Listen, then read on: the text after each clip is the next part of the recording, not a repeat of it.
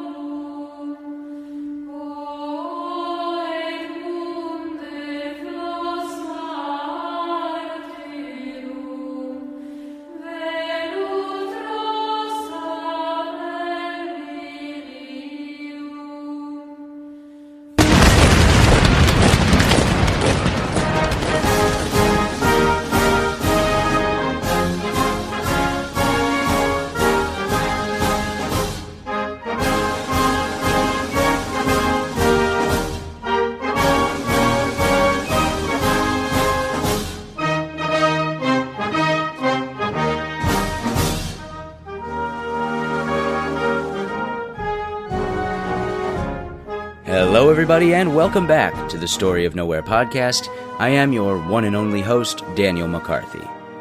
I hope you all had a wonderful Christmas time and New Year's, that you got to spend your holiday season with the folks that you like, and that they weren't freaking out too much. In case you missed it, on Christmas Day, I released the concluding episode of my series Myth, Empire, and Utopia, The Rise and Rule of Britannia, which was also my final episode for the year 2021. So make sure you check that out. Now this is my very first episode of 2022, and I'm very excited to present it to you. You know, being a weirdo, with all these sorts of oddball interests, really has its advantages. I mean, you know, some people want to meet, like, Madonna or whoever. People want to meet these big celebrities and shake their hand and get their autograph and maybe even get to just talk to them for like a minute or two, if you're lucky.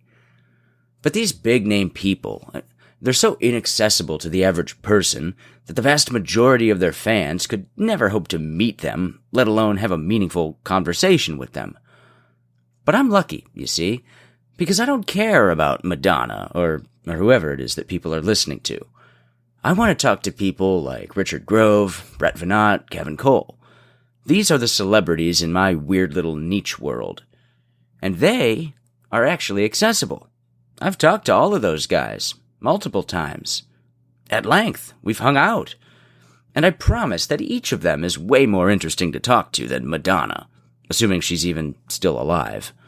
Well, in today's episode, you'll get to hear my conversation with another individual on my short list of people I want to talk to, the great Scott Hambrick.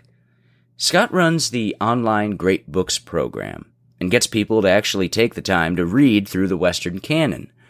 We'll discuss this a bit in the beginning of our chat today. Scott also hosts a number of podcasts, the Online Great Books podcast, the Music and Ideas podcast, and Scott Stream, for you guys who really want to get wild.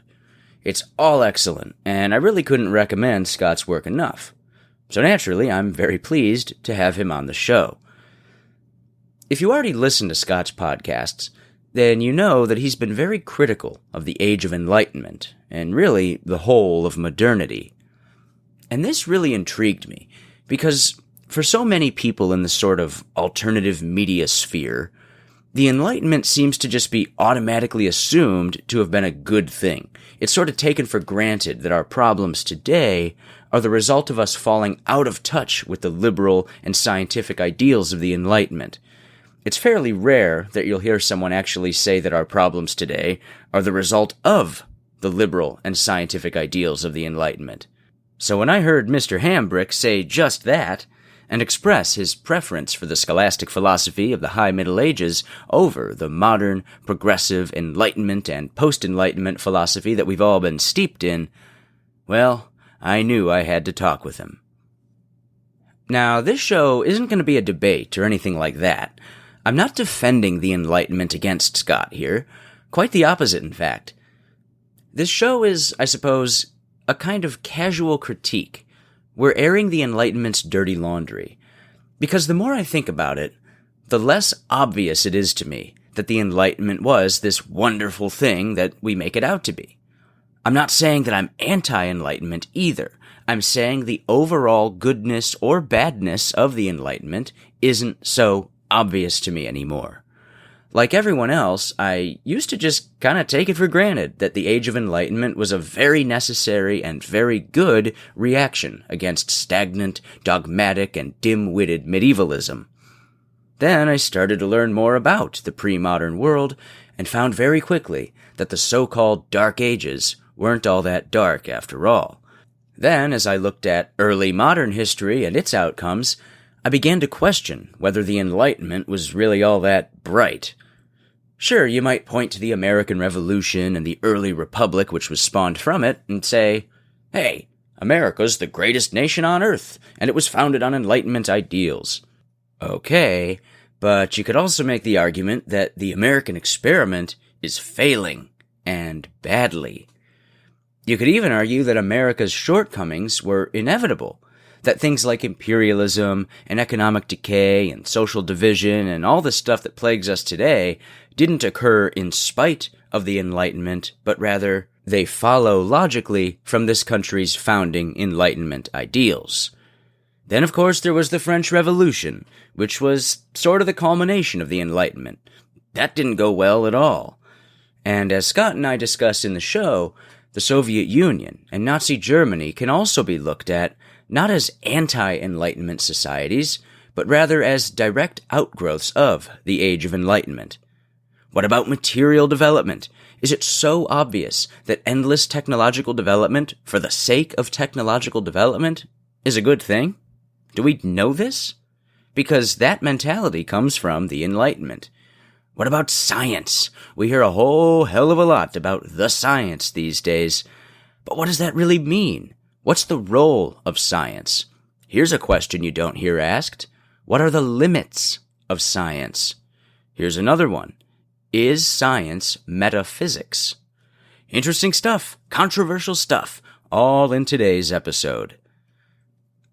As a kind of center of gravity for our discussion, Scott and I use Francis Bacon's 1620 text, The Great Instauration, which I outlined in the last episode of this show, the conclusion to the British Empire series. I highly, highly recommend that you read this short document for yourself. I consider it to be the founding document of the Age of Enlightenment. Its Declaration of Independence, if you will.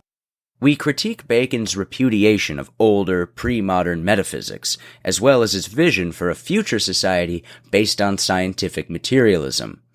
Using Bacon as our springboard, we address some of the problems of modernity, foremost among which seems to be the fact that we moderns lack a coherent metaphysic. We don't bother to figure out what things actually are.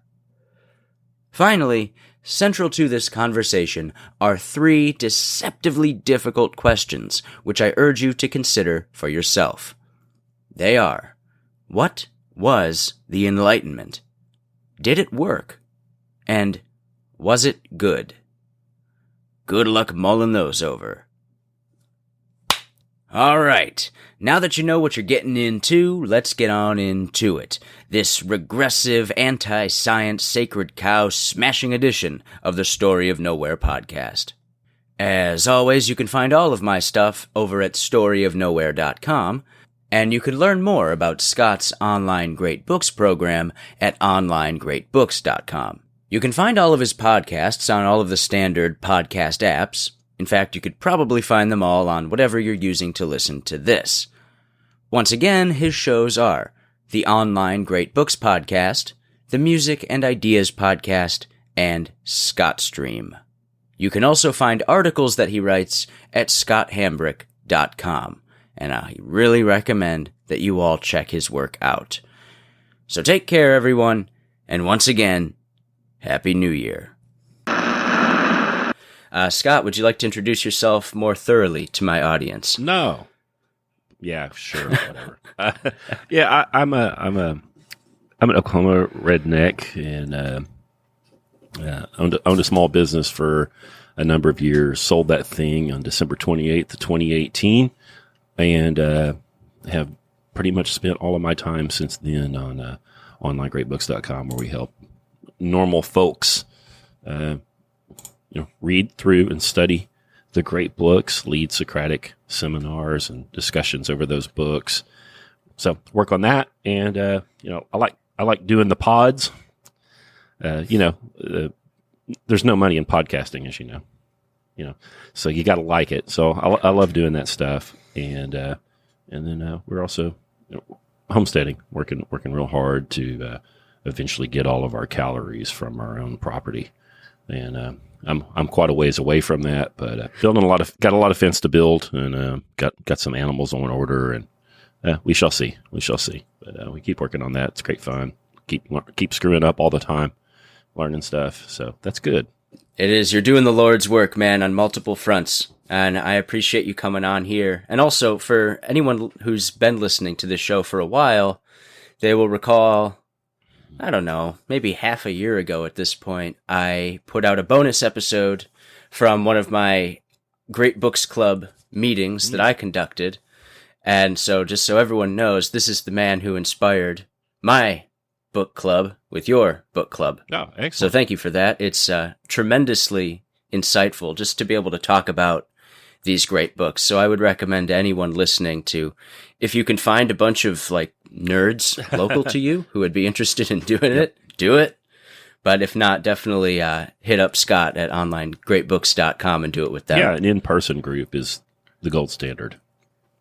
There's something, when you read the book, clearly you read it. You can see it, you can hold it, you can smell it, you might taste it, whatever. But when you have that discussion with these other people is when you actually act on the thing that you've read.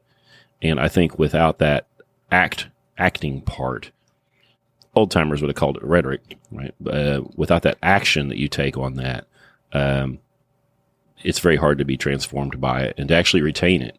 Yeah, at St. John's College, which is one of these great books colleges, they say that the close reading of the difficult material is done in the seminar. And I think that's true. The reading retention goes way up after because of the discussion.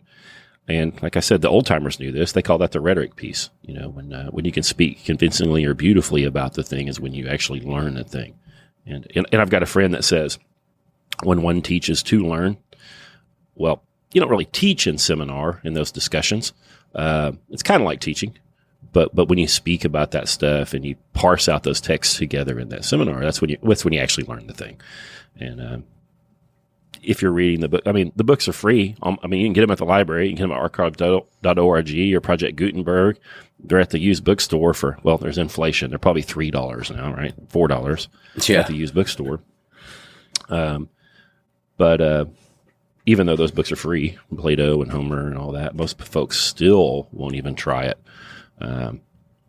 But go get the damn book and call 2 or 3 friends and tell them what you're doing, and you're gonna have bourbon and cheese or something on the third Tuesday. And let's get going. Let's get going. The time's gonna pass. Will you have read it, or are you just gonna be older? Just please don't just be older. Right. Well, and for people who might hear that and think that sounds fairly daunting, I assure you it's not college or high school or anything what you think it is. If you're doing it right, it's not some asshole sitting at the front of the room lecturing to you about, well, the Platonists believed in this thing called ideas. That ain't what it is at all. Yeah. At Online Great Books, I tell my seminar hosts that if they're caught teaching, they're fired. We really try to do if not the Socratic thing, like we could do a show on the Socratic method. It's not really clear what that is. But we don't necessarily use the Socratic method, though we use a lot of those tools. We often use what we call shared inquiry. So the seminar leader is kind of the first among equals. Doesn't declare that they have any special knowledge, but is more familiar with the text and is more familiar with the process of that good discussion. And gets, even though we have several guys that have PhDs and guys that have written books about Aristotle and they lead seminars about Aristotle, their approach is to be that shared inquiry thing. So they are the skilled or experienced guide, maybe, for your exploration, Yeah, and people are supposed to do it for themselves. right? For their own purposes. There's no quiz, there's no test, so you do it for your own purposes. So if you start one at home, just do the shared inquiry thing. If you haven't led a seminar before and you don't know what the heck to do about it, a good approach is to just, as the leader, like if you're going to put your home group together and you're going to probably end up being the leader of that group, a good approach would just be to make note of all the stuff you didn't understand. And there'll be plenty of that. And, at meeting time, all your friends show up and everybody gets one of the little round shitty paper plates and puts their cheese on it and sits down. And, probably a good approach would just be to start in and say, hey, listen, on page 62, there are these 2 paragraphs that were utter word salad to me. Can I read these 2 paragraphs out loud to you guys and just help me parse this out? And that's a great way to get started in that process. And then as you do group more, here I said do group, like it was the talking cure group therapy, which I think it is. You'll get more skillful, and you can incorporate more approaches. But I think that's a really good approach for a beginner.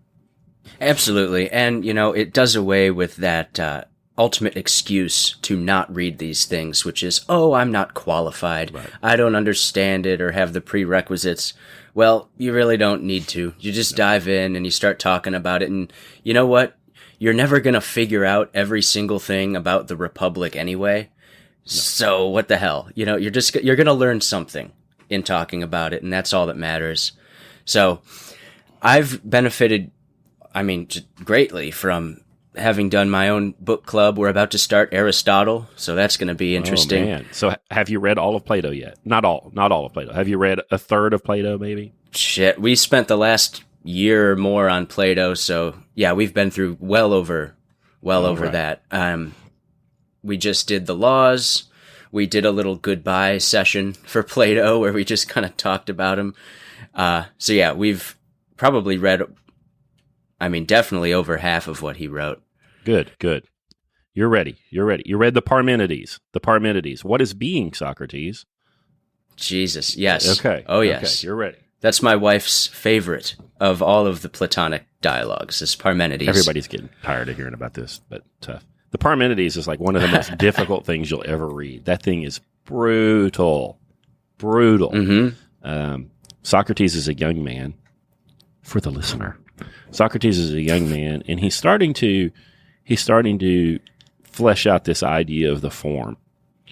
And Parmenides is an older guy. The experts, fuck those guys. But those experts, they're like, he's a pre-Socratic. You hear this stuff, right? Yep. And Socrates comes forth with it. Well, Parmenides has heard that Socrates has this idea about these forms, and he's like, well, tell me all about it. And then just commences to just kick his ass, and just criticize it. Popularly now, criticism really means just to deuce on somebody.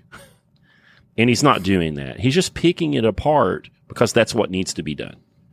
If you've got an idea, if you've got a philosophy that you're a new philosophy that you're putting forth, somebody needs to help you flesh that thing out, shore it up, make it strong, or throw it away.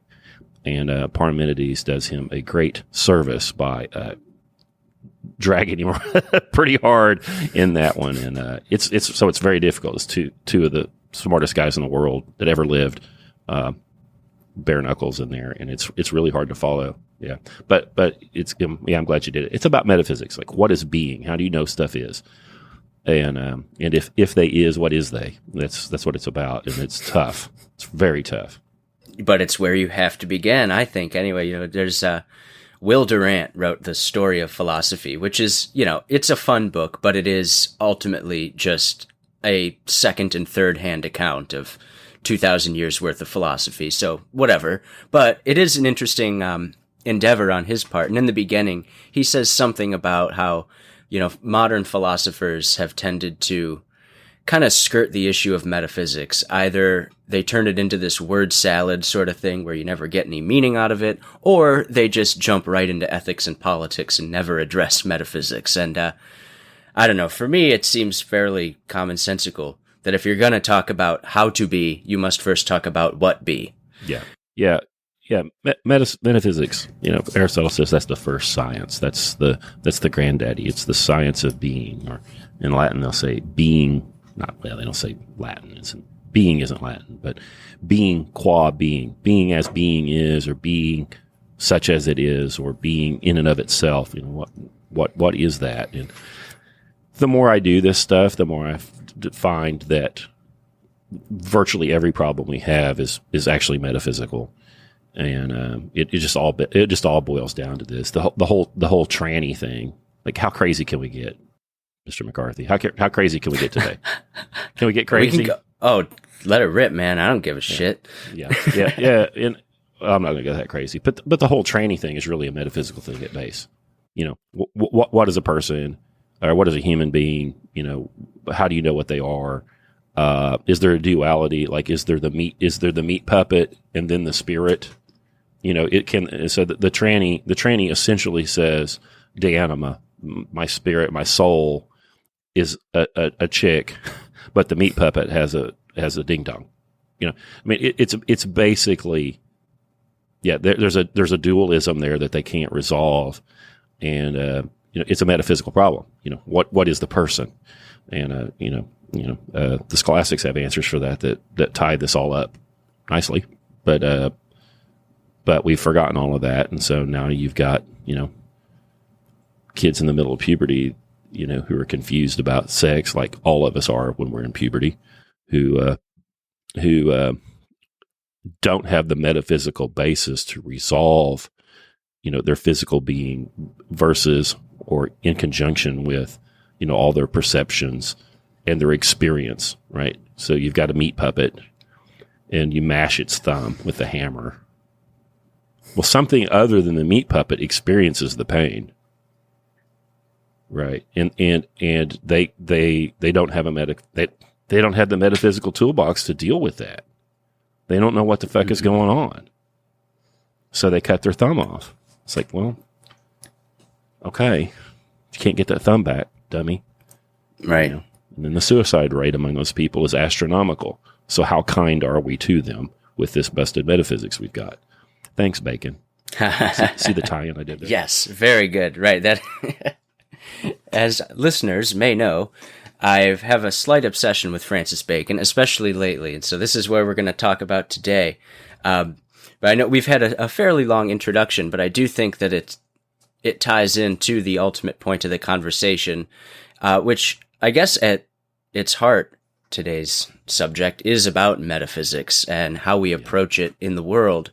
But just for anyone out there who may be a concerned listener, the Parmenides is the cure to gender dysphoria.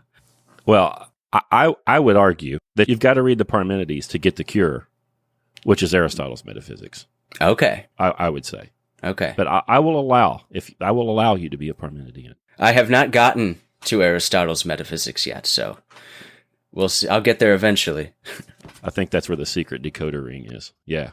Yeah, it's amazing. Well, today we're going to be dealing with a guy and a work written by a guy who basically thinks that everything we just discussed can be thrown out. And that man is Francis Bacon. And the work is called The Great Instauration, which I've seen variously translated as The Great Renewal or The Great Revival. But instauration is such a unique and novel word, and I've only ever seen it used by him in this context that I think it suits its purpose here as an isolated thing.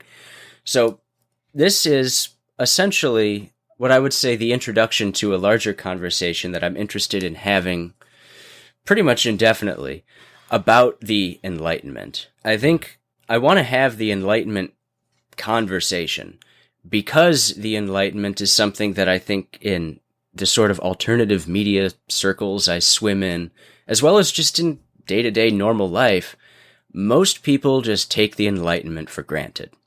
It's just sort of assumed that what was gained in the Enlightenment was scientific and rational and therefore good, and that we should just continue with the Enlightenment project, and that any problems we face now... It's baked into the name. Right, exactly. It's baked into the name. I mean, listen to that name. Oh, that name's so good. And then you got, the Dark Ages, and then the Enlightenment. Yeah, exactly. Automatically, just by hearing it, it is presented as a good thing. And any problems we face now are generally characterized not as direct outgrowths of the Enlightenment, but rather sort of, we've turned away from the Enlightenment when things go wrong, right? Like the American project. Of course, what do your standard conservatives always say? If only we got back to the Constitution. If only we got back to classical liberalism instead of whatever this is, then our problems would be solved. And because people just take these principles for granted, I thought it would be wise and prudent to actually ask the questions, what the hell was the Enlightenment? Did it actually work? And was it good? Obviously, those are some fairly nebulous questions, especially the "is it good" question. And maybe it's going to be difficult to come up with a black or white answer, but then again, maybe not. And I figured you'd be the guy to talk to, because, well, I've been listening to your shows for a while, and I know that you've got a fairly negative approach to the Enlightenment, which for some may be alarming, but for me was just exciting because honestly, hearing you talk about like modernity and your criticisms of it, it like reminded me, oh yeah, I don't have to just automatically assume these things are good. So I wanted to bring you on to talk about this, and Francis Bacon's Great Instauration seemed like a great text by which we might actually get at the answer to these questions. Because it's short and it just encapsulates what I think is the spirit of Enlightenmentism. So, is there anything you'd like to say regarding what I just said, or should we just jump right into the text? Man, let's just go. We'll get it dealt with. Okay, right, yeah, we'll see. I don't know. This might be a conversation that's larger than the two of us here, but we'll give it a shot. So right away, this is written in 1620, and this is the same year that Bacon writes his New Organon, which is basically a complete, what would you even call it? Is it a replacement or a repudiation of Aristotelian logic? Yeah, maybe. So Aristotle wrote a suite. Aristotle didn't write like some gamma midwit right now. It's like, oh, those are all his lecture notes. He didn't actually write. We have a number of works from Aristotle on kind of rules of thought. We've got and they're called the Organon. There's prior analytics and post analytics and the categories, and maybe that's it. I don't know. It's early. Maybe that's it. And Bacon wrote what he calls the New Organon, Novum Organum, where he it's not really a repudiation. I think it's an attempt to add to what Aristotle did. I've read this Great Instauration and in his New Organon are the things from Bacon that I have read. So I want to try to be generous and say that he's kind of adding to what Aristotle did. Aristotle's prior analytics is about coming to conclusions from prior conclusions. It's really about deduction, right? So the classic example is the syllogism. All men are mortals. Socrates is a man, therefore Socrates is a mortal. And that's deduction, and it's a deadlock. If the two arguments are right and they're put in the correct order and they reach, the conclusion is a deadlock certainty. And they're wonderful. Posterior analytics is really about induction, where you see a great number of specific events and then draw general conclusions from those. You drop a ball 10,000 times and then you say all balls when released fall. That is not a deadlock certainty. It's not. We have lots of good reasons to believe that if Mr. McCarthy turns loose of a ball, that thing's going to fall. Tens of thousands of years of experience.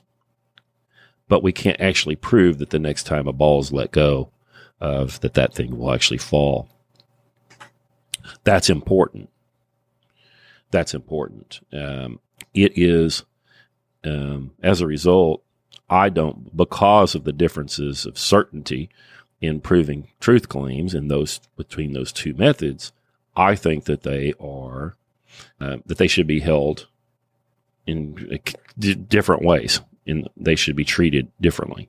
The deduction is a deadlock, and the other one is not. One of them is one of them, I think, has a sort of metaphysical certainty that the other one doesn't have. Induction will let us build bridges and airplanes that don't fall. That's good, but they are essentially heuristics and technologies. Then they are different. In Bacon's in his New Organon, he says, "Hey man, there's a lot of problems with this deduction stuff. It's basically a word play. We use words to implement this tool, and these words don't really map onto reality the way we would like them to. We say all men are mortals. Well, what exactly is a man? What exactly is a mortal? What's the grammar of the sentence? Like what the hell are we talking about?" So he says, there are problems with that, with language, and then he also says, and I'm no Bacon scholar, and I never will be because I find him so gross, I can't dig into it enough to master him. So he says, because deduction is framed in terms of language, it's no good. I mean, he really doesn't give it much credence for anything. Right. Actually, I mean, I think a proper approach would just say, hey, listen, we've got this deduction. It's let us build geometry and so many other things, scholastic metaphysics. But, we've got this other thing that we could be doing as well. But he doesn't do that. He repudiates it pretty much. So this is the problem of language. And then he says, because of deduction, he calls them demonstrations. But from these demonstrations, we end up ignoring our senses. And maybe he's right. If you read Plato, you read Aristotle, you read Aquinas, they're all up in their head. Aquinas has 5 proofs for the existence of God, and you could just sit on a velvet cushion and just reason through them if you were just like a brain in a bottle with no eyes, ears, mouth, fingers, nose. Yeah. That is a fair criticism, but there are things, and this is the thing that the Enlightenment doesn't understand. This is the thing that the scientism adherent doesn't understand, is that there are things that are not sensical that have to be thought about, in my opinion, which is, what is the good? Well, what is the good? Why do we do things? Like, there's no why-o-meter. Like, there's no instrumentation for the why. Right. The scientists can't figure that out. So if you're faced with a pandemic and we have to figure out what's the good and make hard decisions, they don't really have a way to do that other than statistics. And they just reduce everybody to numbers. And, how many people die and how many don't die if we do this thing, and then how about the other thing. And, it's just everything's just reduced to the quantifiable. You're right. And it's all material. It's all material. If everything has to be perceived through the senses as we understand them, then the only things that you can actually deem to be real are those things which you can physically sense. Yep. And therefore, any sort of abstraction or conceptualization pretty much goes out the window. And, Yep. I also want to be charitable to Bacon, but I don't think I'm being uncharitable when I say, just from reading The Great Instauration, that he really does sort of have it out for abstraction, doesn't he? I mean, he basically, on a number of occasions in here, he says that, the human mind, once it comes up with some fancy construction of its own, it gets lazy. It just rests on its laurels and says, well, we're so smart, we figured all this stuff out. And he's talking about the scholastics. Mm-hmm. He's talking about the sort of Aristotelian or Platonic tradition where, Socrates would just walk through the town and talk to people. He wasn't doing experiments. Right. He was just talking to people and then figuring out how their ideas fit together. And also, Socrates didn't really come to very many concrete conclusions about concepts, let alone natural phenomena. Right. But Bacon, I think, from my ultimate reading of this, for Bacon, the ultimate purpose of pursuing knowledge is not truth, beauty, or goodness, as indefinable and hard to grasp these things may be. For him, the pursuit of knowledge is essentially the betterment of the human condition. right? He wants material conditions to be improved, and the means by doing so is not abstract reasoning, it is scientific progress. Yeah, he is. Yeah, he's one of the early progressives. Martin Luther being the first one, but that's another show. Right.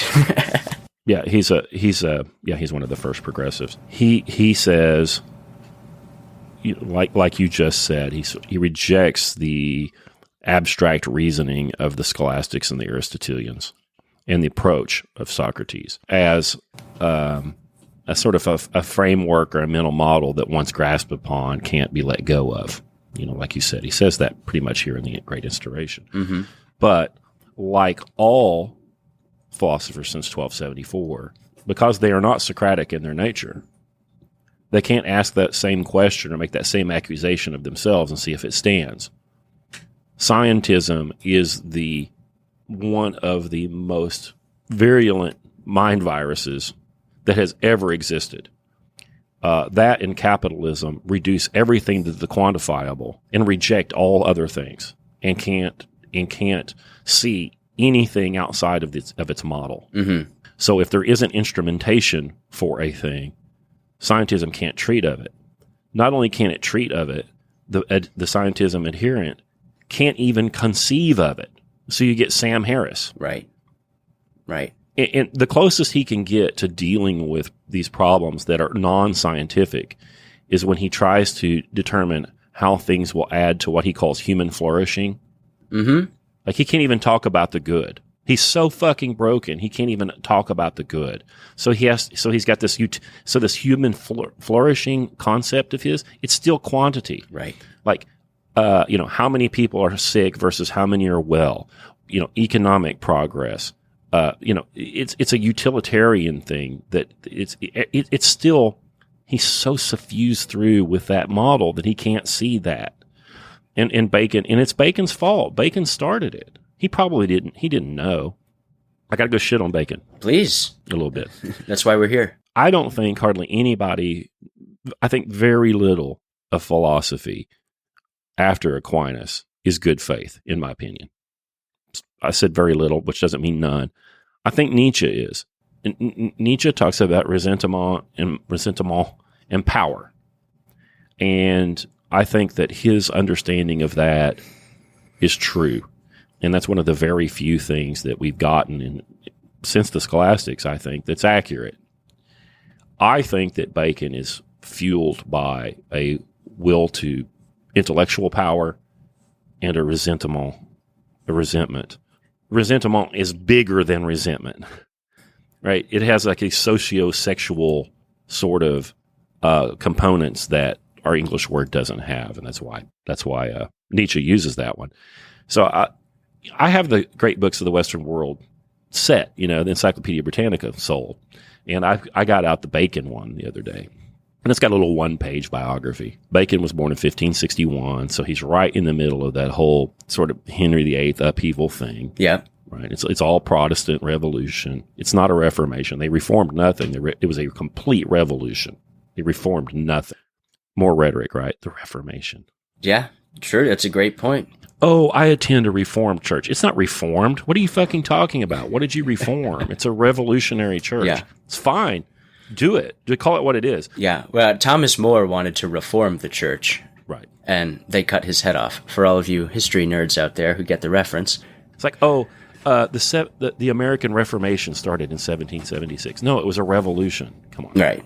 Luther may have started that way, but he didn't end up that way. But in this little thing, in the great books, it says, Bacon, it says, he later claimed that it was at Cambridge as a student, not yet 16, that he fell into the dislike of the philosophy of Aristotle, which he judged to be barren of the production of works for the benefit of life of man. So as a 15, not yet 16, so he's 15 or less, he makes this judgment that Aristotle's works are barren of benefit to the life of man. And then his lifelong project is to benefit the life of man. Now, that sounds good, but he has no notion of the good. He has no notion, like benefit, okay, benefit of the life. Benefit implies a good. What would that be, Bacon? What would that be? For him, it's just progress. It's more knowledge and progress. That's it. That is it. And this isn't just us making an assumption. If you read his New Atlantis, which is his utopian work on the subject, like, what would you like to see, sir? He wrote a book about it. Now, unfortunately, he died before it could be finished, so we didn't get to see exactly how utopian his vision was. But in the parts that we do have, the dude's talking about airplanes. He's talking about, like, genetic experiments and stuff. The benefit of mankind, in his mind, is seen through this lens of what is scientifically possible. And, of course, as he talks about in here, this is all built on this idea that knowledge is progressive. So the old-fashioned way of thinking, the Aristotelian, the Platonic, the Socratic, and I assume the Scholastic way of thinking as well, is that, look, the good is good, period. You know, the truth is what is true, and that's true for all time, past, present, and future. Whereas with Bacon, what becomes true, what becomes possible is the product of human activity, right? So the human being becomes the sort of god of his own world, in a sense. Because we're creating new things, we're creating new arrangements of matter and form, we are actually giving birth to new truths, to new goods. So what is good in 1561, when Bacon's a little boy, that's not the same good here in 2020. I almost said 1921. In 2021, it's not the same good because our material conditions have changed. So Bacon is really giving birth to this sort of Frankensteinian worldview in which man is not only capable of playing God, but in Bacon's conception, man should play God. That's the whole point of being man. Yeah. And it's hard for me to be generous to him because, you know, you said Frankenstein. So we all know about that Frankenstein story. And that's sort of a cautionary tale, right? Well, there's Aeschylus wrote this play called Prometheus Bound, where Prometheus is being punished by Zeus for giving man technology, essentially. Not just technology, but also vain hope. Right. So there's this play that's like 2,000 years older than Bacon, that Bacon should have known, but he was too busy being a pouty goth kid when he was at Cambridge to have paid attention that to the story where Zeus is like, not only did you give them technology, but you coupled it with a vain hope. You gave man fire and in hope for something better. And he punished him forever for it. Yep. And he's chained to a rock and all this stuff. Boy, it seems like a Christ story to some degree. Bacon didn't. I don't know if he read it and ignored it, didn't read it, whatever. You know, we didn't have to wait till the Mary Shelley's Frankenstein story to see that this is a problem. But he knows better than Aristotle and everybody else. I just hate the guy. He's one of my time machine dudes. Everybody's like, oh, if you have a time machine, you go back and you kill baby Hitler. I'm like, no, maybe Bacon and Luther. Here's the question. If you kill baby Bacon, do you automatically get rid of baby Hitler? That's a possibility. It's a possibility, yeah. Well, right, because this, I half joking, but also kind of not, because like I said at the beginning, a lot of times these days when something goes wrong, people want to say that, well, this is an anomaly, or this is us falling out of lockstep with the prescribed pattern of enlightenment. But it is my understanding that, just as much as you might want to say that representative constitutionalism, democracy, whatever the hell America is, as much as that is an outgrowth of the Enlightenment, well, so's communism, so's Nazism, why the hell not? Right. These are Enlightenment projects too. Maybe they're taking a slightly different tack, but ultimately is not the aim a sort of a scientifically managed society based on merit? This is what all of them hold in common. It's just that if you ascribe to one of the three camps of Enlightenment politics, then you can't admit to yourself that the other two camps are indeed Enlightenment projects as well. But, that seems delusional to me. So, Maybe if you get rid of baby bacon, you do get rid of baby Hitler. I don't know. Yeah. Again, the midwit listener is like, if bacon gets killed, somebody else comes up with the scientific method, and yeah, that might be. But if someone, I don't want to reject technology out of hand. I don't want to reject that out of hand. And I think that a healthier approach to Bacon's project would have been an engineering approach to science and technology. The engineer makes no representations about the good or even the utility of bridges. The engineer just designs the bridge. They've learned how to design the bridge through old-timey experimentation. They take an I-beam and they break it and they make measurements. And like, okay, this is when those I-beams break. We need to make sure we don't put that much shit on top of them. And they make no representations about anything other than bridgeness. A lot of the early scientists that I admire most really have that approach. Faraday, was it Boyle in his gas laws? They're in the lab. They're actually engineers. The most clear example of this is Edison. He made no representations at all about his light bulb. He's just like, I'm going to try 10,000 things, and then maybe light will come out. And sure enough, it did. And he made no representations about anything other than this carbonized filament seems to make quite a bit of light. That's it. And it requires no poisonous metaphysics to have that kind of an approach. And so I think that a scientific method could have arisen with a metaphysics that wasn't poisoned against Aristotle from resentments, that wasn't poisoned against the scholastics because of Henry VIII wanting to bone other girls, and we could have had a different result. It didn't have to go like this. Right. So the criticism here of scientism is by no means a rejection of science itself. And I say these things because my audience is very small, but there is the possibility that there's one person out there who's getting confused. No, there's a bunch. Yeah. This guy hates science, but he's talking into a microphone. Yeah, right. That sort of thing. Right. Look, technology. I don't think either of us are against technology or against improving material conditions in and of itself. At least I'm not. I'll speak for myself. I'm not against, living more comfortably thanks to tools. Right. That's fine. That's great.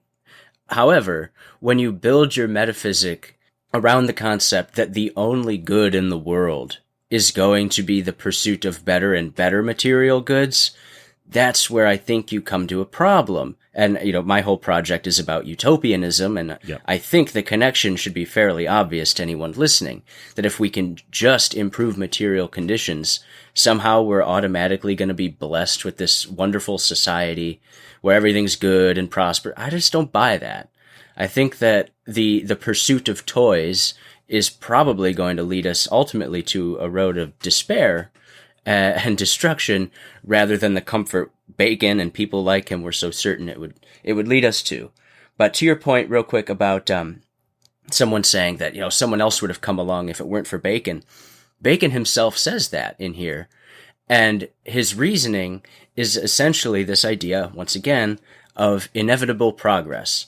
So he says, "Wherein I have made any progress, the way has been opened to me by no other means than the true and legitimate humiliation of the human spirit." Right? So it's basically through the human race, the human mind being, in his mind, rotted and decayed by scholastic abstraction that has forced him or someone like him onto the fore to counter this sort of rot that pervades the Western mind. But as he says over and over again in here, in the beginning and towards the end, it's not him. Mm-hmm. See, he does the old, I'm no one special.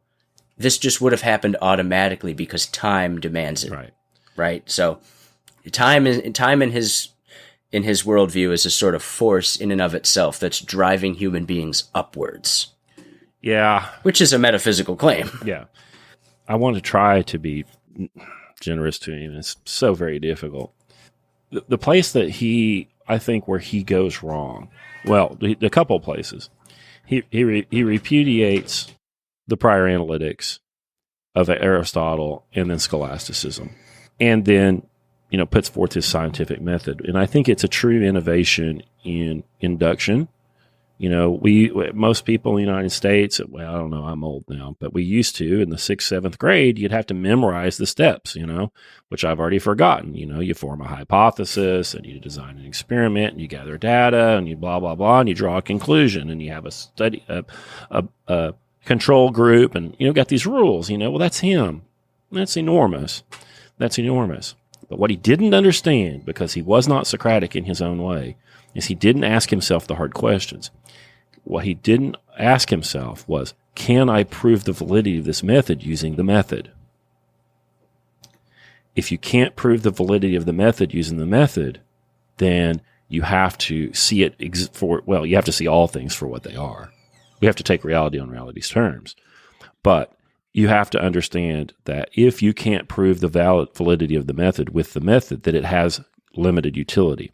It might be limited to everything other than proving itself, or you might take that fact that it can't prove itself to mean that it could have far more limitations than it seems.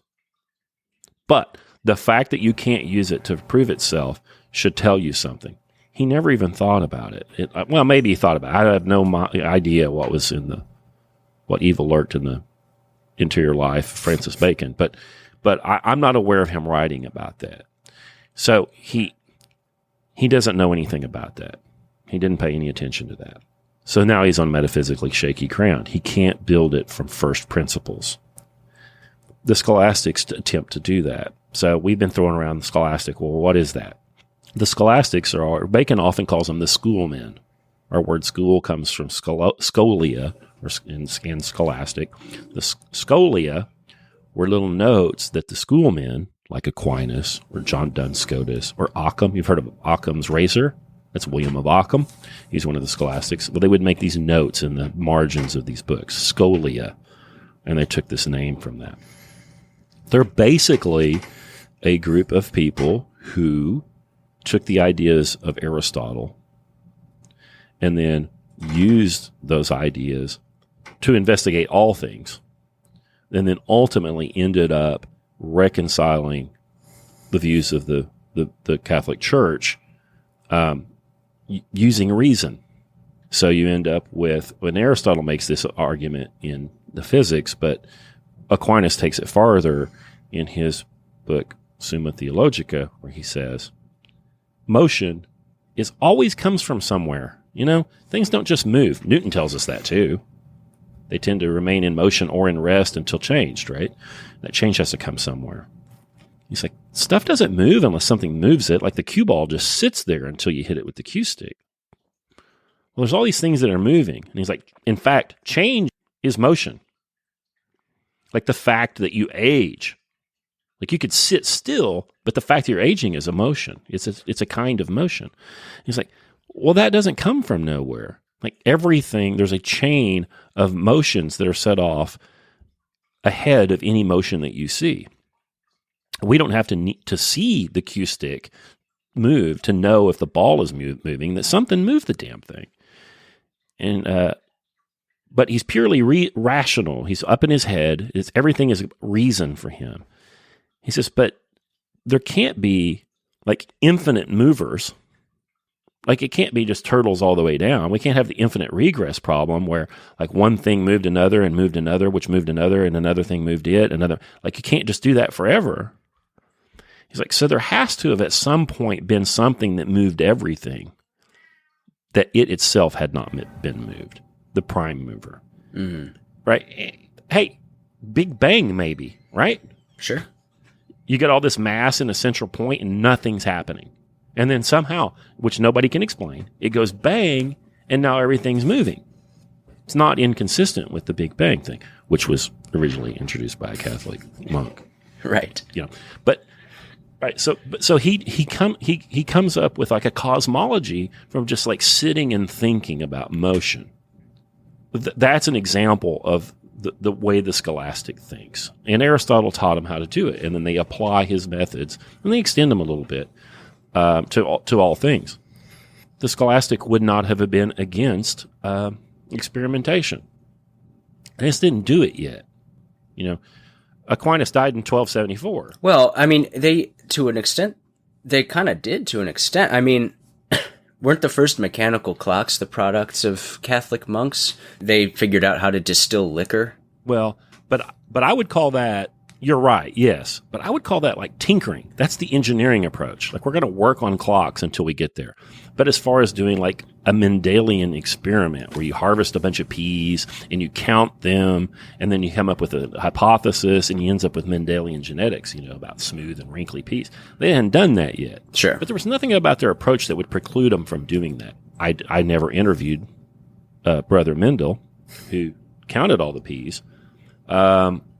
But there's nothing about his discovery of heritability that required bacon either. Yeah. So we could understand inheriting blue and brown eyes without having bacon. One of the things that the scholastics hold that Bacon essentially repudiates, and Hume destroys it, and it's never returned, is what the scholastics called the principle of sufficient reason.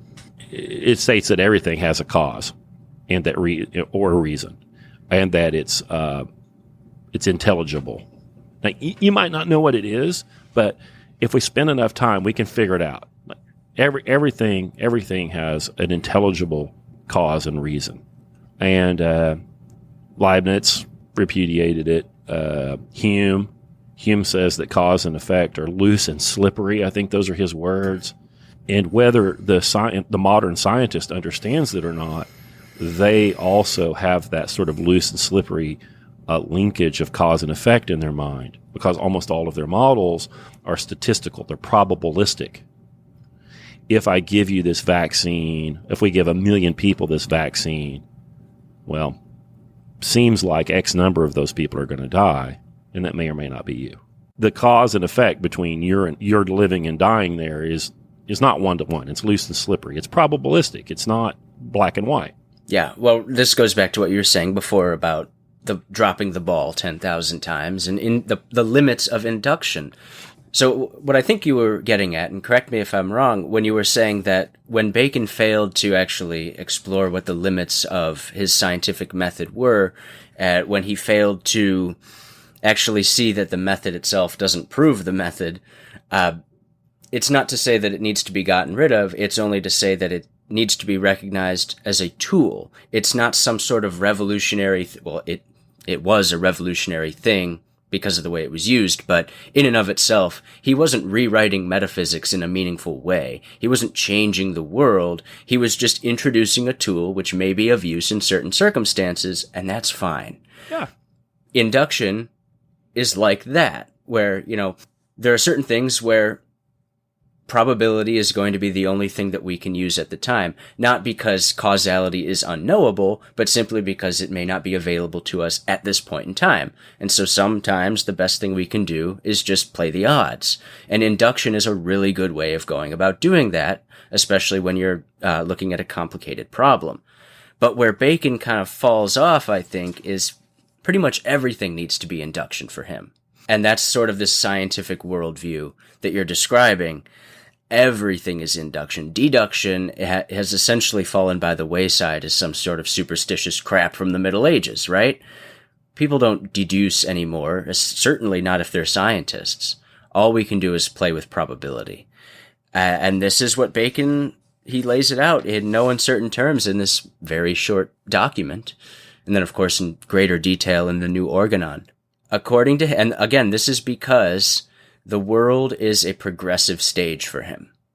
Everything has to be probability because, not to psychologize him, but I'm going to do it anyway. For him, I think he views the idea of there being black and white immutable truths as limiting, as stagnation, right? He essentially calls out the scholastics for stagnating human thought. Well, I'm not sure that's right about him. Okay. I'm not sure that's right about him. You might be right, but I'm not sure. I don't know that he repudiates capital T truth, but he certainly thinks that the scholastics have stagnated everything because he says they reject the senses and as such have like closed the window or closed a number of windows through which, new knowledge could get in, and that they have limited, avenues whereby we can get new knowledge. So I don't know that he was a relativist in that way, like that he repudiated a capital T truth or anything like that. I don't know that he would. You might be right, but I don't think he does. But I also don't think he really thinks about truth very much. So he plays real fast and loose with it. So he kind of looks like he's that way, but he's not. And I messed up. Leibniz is the one that like put the name on the principle of sufficient reason. I screwed that up when I was talking off the cuff. Descartes was pretty hard on it, I think, but I got Leibniz and Descartes confused. Again, some midwit was like, I don't have any fucking notes, and I just do this stuff. Like I get out of bed, I drink a cup of coffee, and I just talk about this stuff. Well, I want to clarify. So I also don't think Bacon is a relativist. What I mean to say in my psychologizing of him is that the concept of an immutable abstract truth. So the sorts of truths that the scholastics would arrive at pertaining to the nature of God or to the universe. I think these aren't necessarily relative to Bacon, but instead what they are is they're not knowable by a process as simple as deduction. For Bacon, the truth, whatever that may be, is something that needs to be whittled down over a long expanse of time through an inductive method. But I don't see how he ever arrives at the certainty. The allowance for certainty doesn't appear to be actually contained in his method. He just doesn't address the issue, at least not in this text. Now, maybe somewhere deep inside the New Organon he does. I haven't read the entire thing cover to cover, but as far as I could tell, he basically just leaves off the ending. Like he describes this wonderful scientific method for arriving at probabilities and then says, if we do this, everything's going to be great. But he leaves off the part where arriving at actual certainty occurs. So I don't think he wants to be a relativist. I think that he probably, being a product of his time, believes in some sort of like ultimate Christian truth. I believe that he's probably a genuine Christian in a Protestant sense, and maybe not. Well, he makes lip service towards it, even here in this essay, The Great Instauration. Well, he kind of reveals his utopian yearnings at the very end when he says that, if we apply my method, with the grace of God, we can ultimately arrive at an earthly Sabbath. An earthly Sabbath. Now, if that's not utopian, what is? So, no, I don't mean to imply that he's a relativist or anything like that. Just that he kind of winds up stepping in relativism simply because he's not being as critical as he should be of his own thoughts. We've all had a good idea, and we've all wanted it to be right, but you gotta push back on your own ideas a little bit, and he doesn't really do that. No, he doesn't, and he's brilliant. He's brilliant, but this is why Socrates is more brilliant. Socrates is like, the only thing I know is that I don't know, and he just questions everything. Is because he understood that these ideas have far-reaching consequences, and that they end up being taken to their logical conclusions.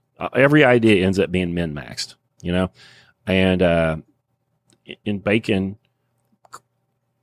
bless him, he couldn't have conceived, probably, of what would happen as a result of what he did here. It's gone fucking nuts. It's crazy. He was born in, 1561? Is that when it was? And he's there at the tail end of merry old England, and he has, whether he knows it or not, these old notions of the good are baked into him to be He doesn't claim to be an atheist. He's probably a deist. I don't know. He's probably some sort of a deist. But he's living in the world the scholastics built. He was born into that world. And he just can't have imagined the Pandora's box that he opened. Socrates was scared to death of it.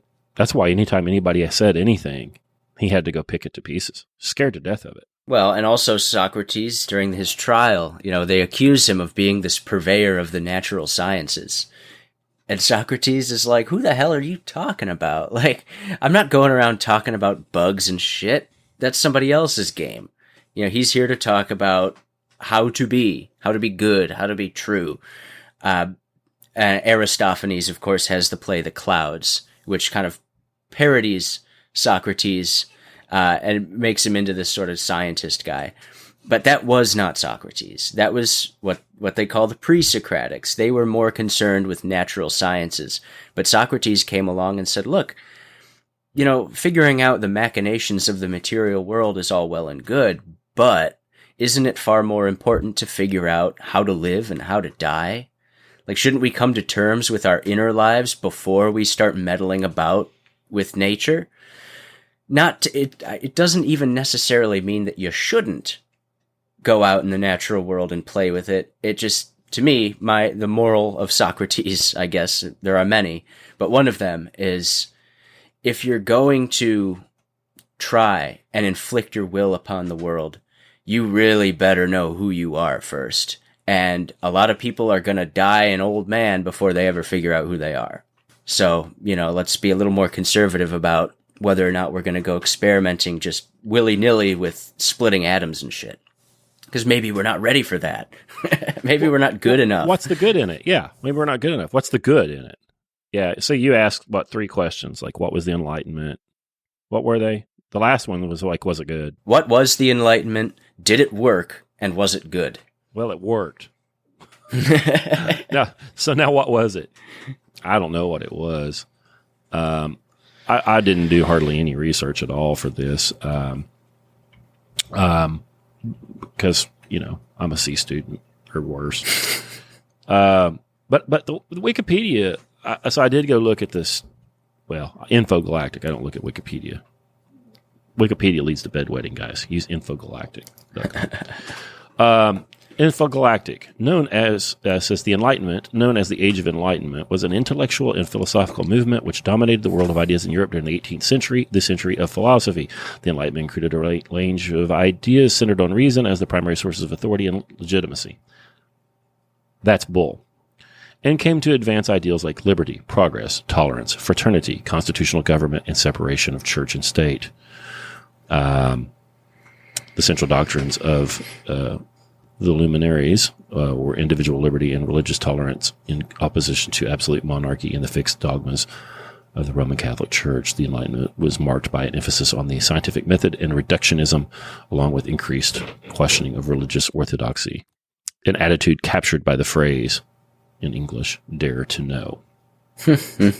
Dare to know. Yeah, supposedly Bacon said the famous, knowledge is power. I don't know if he actually said that. I know that Thomas Jefferson attributes that to Bacon.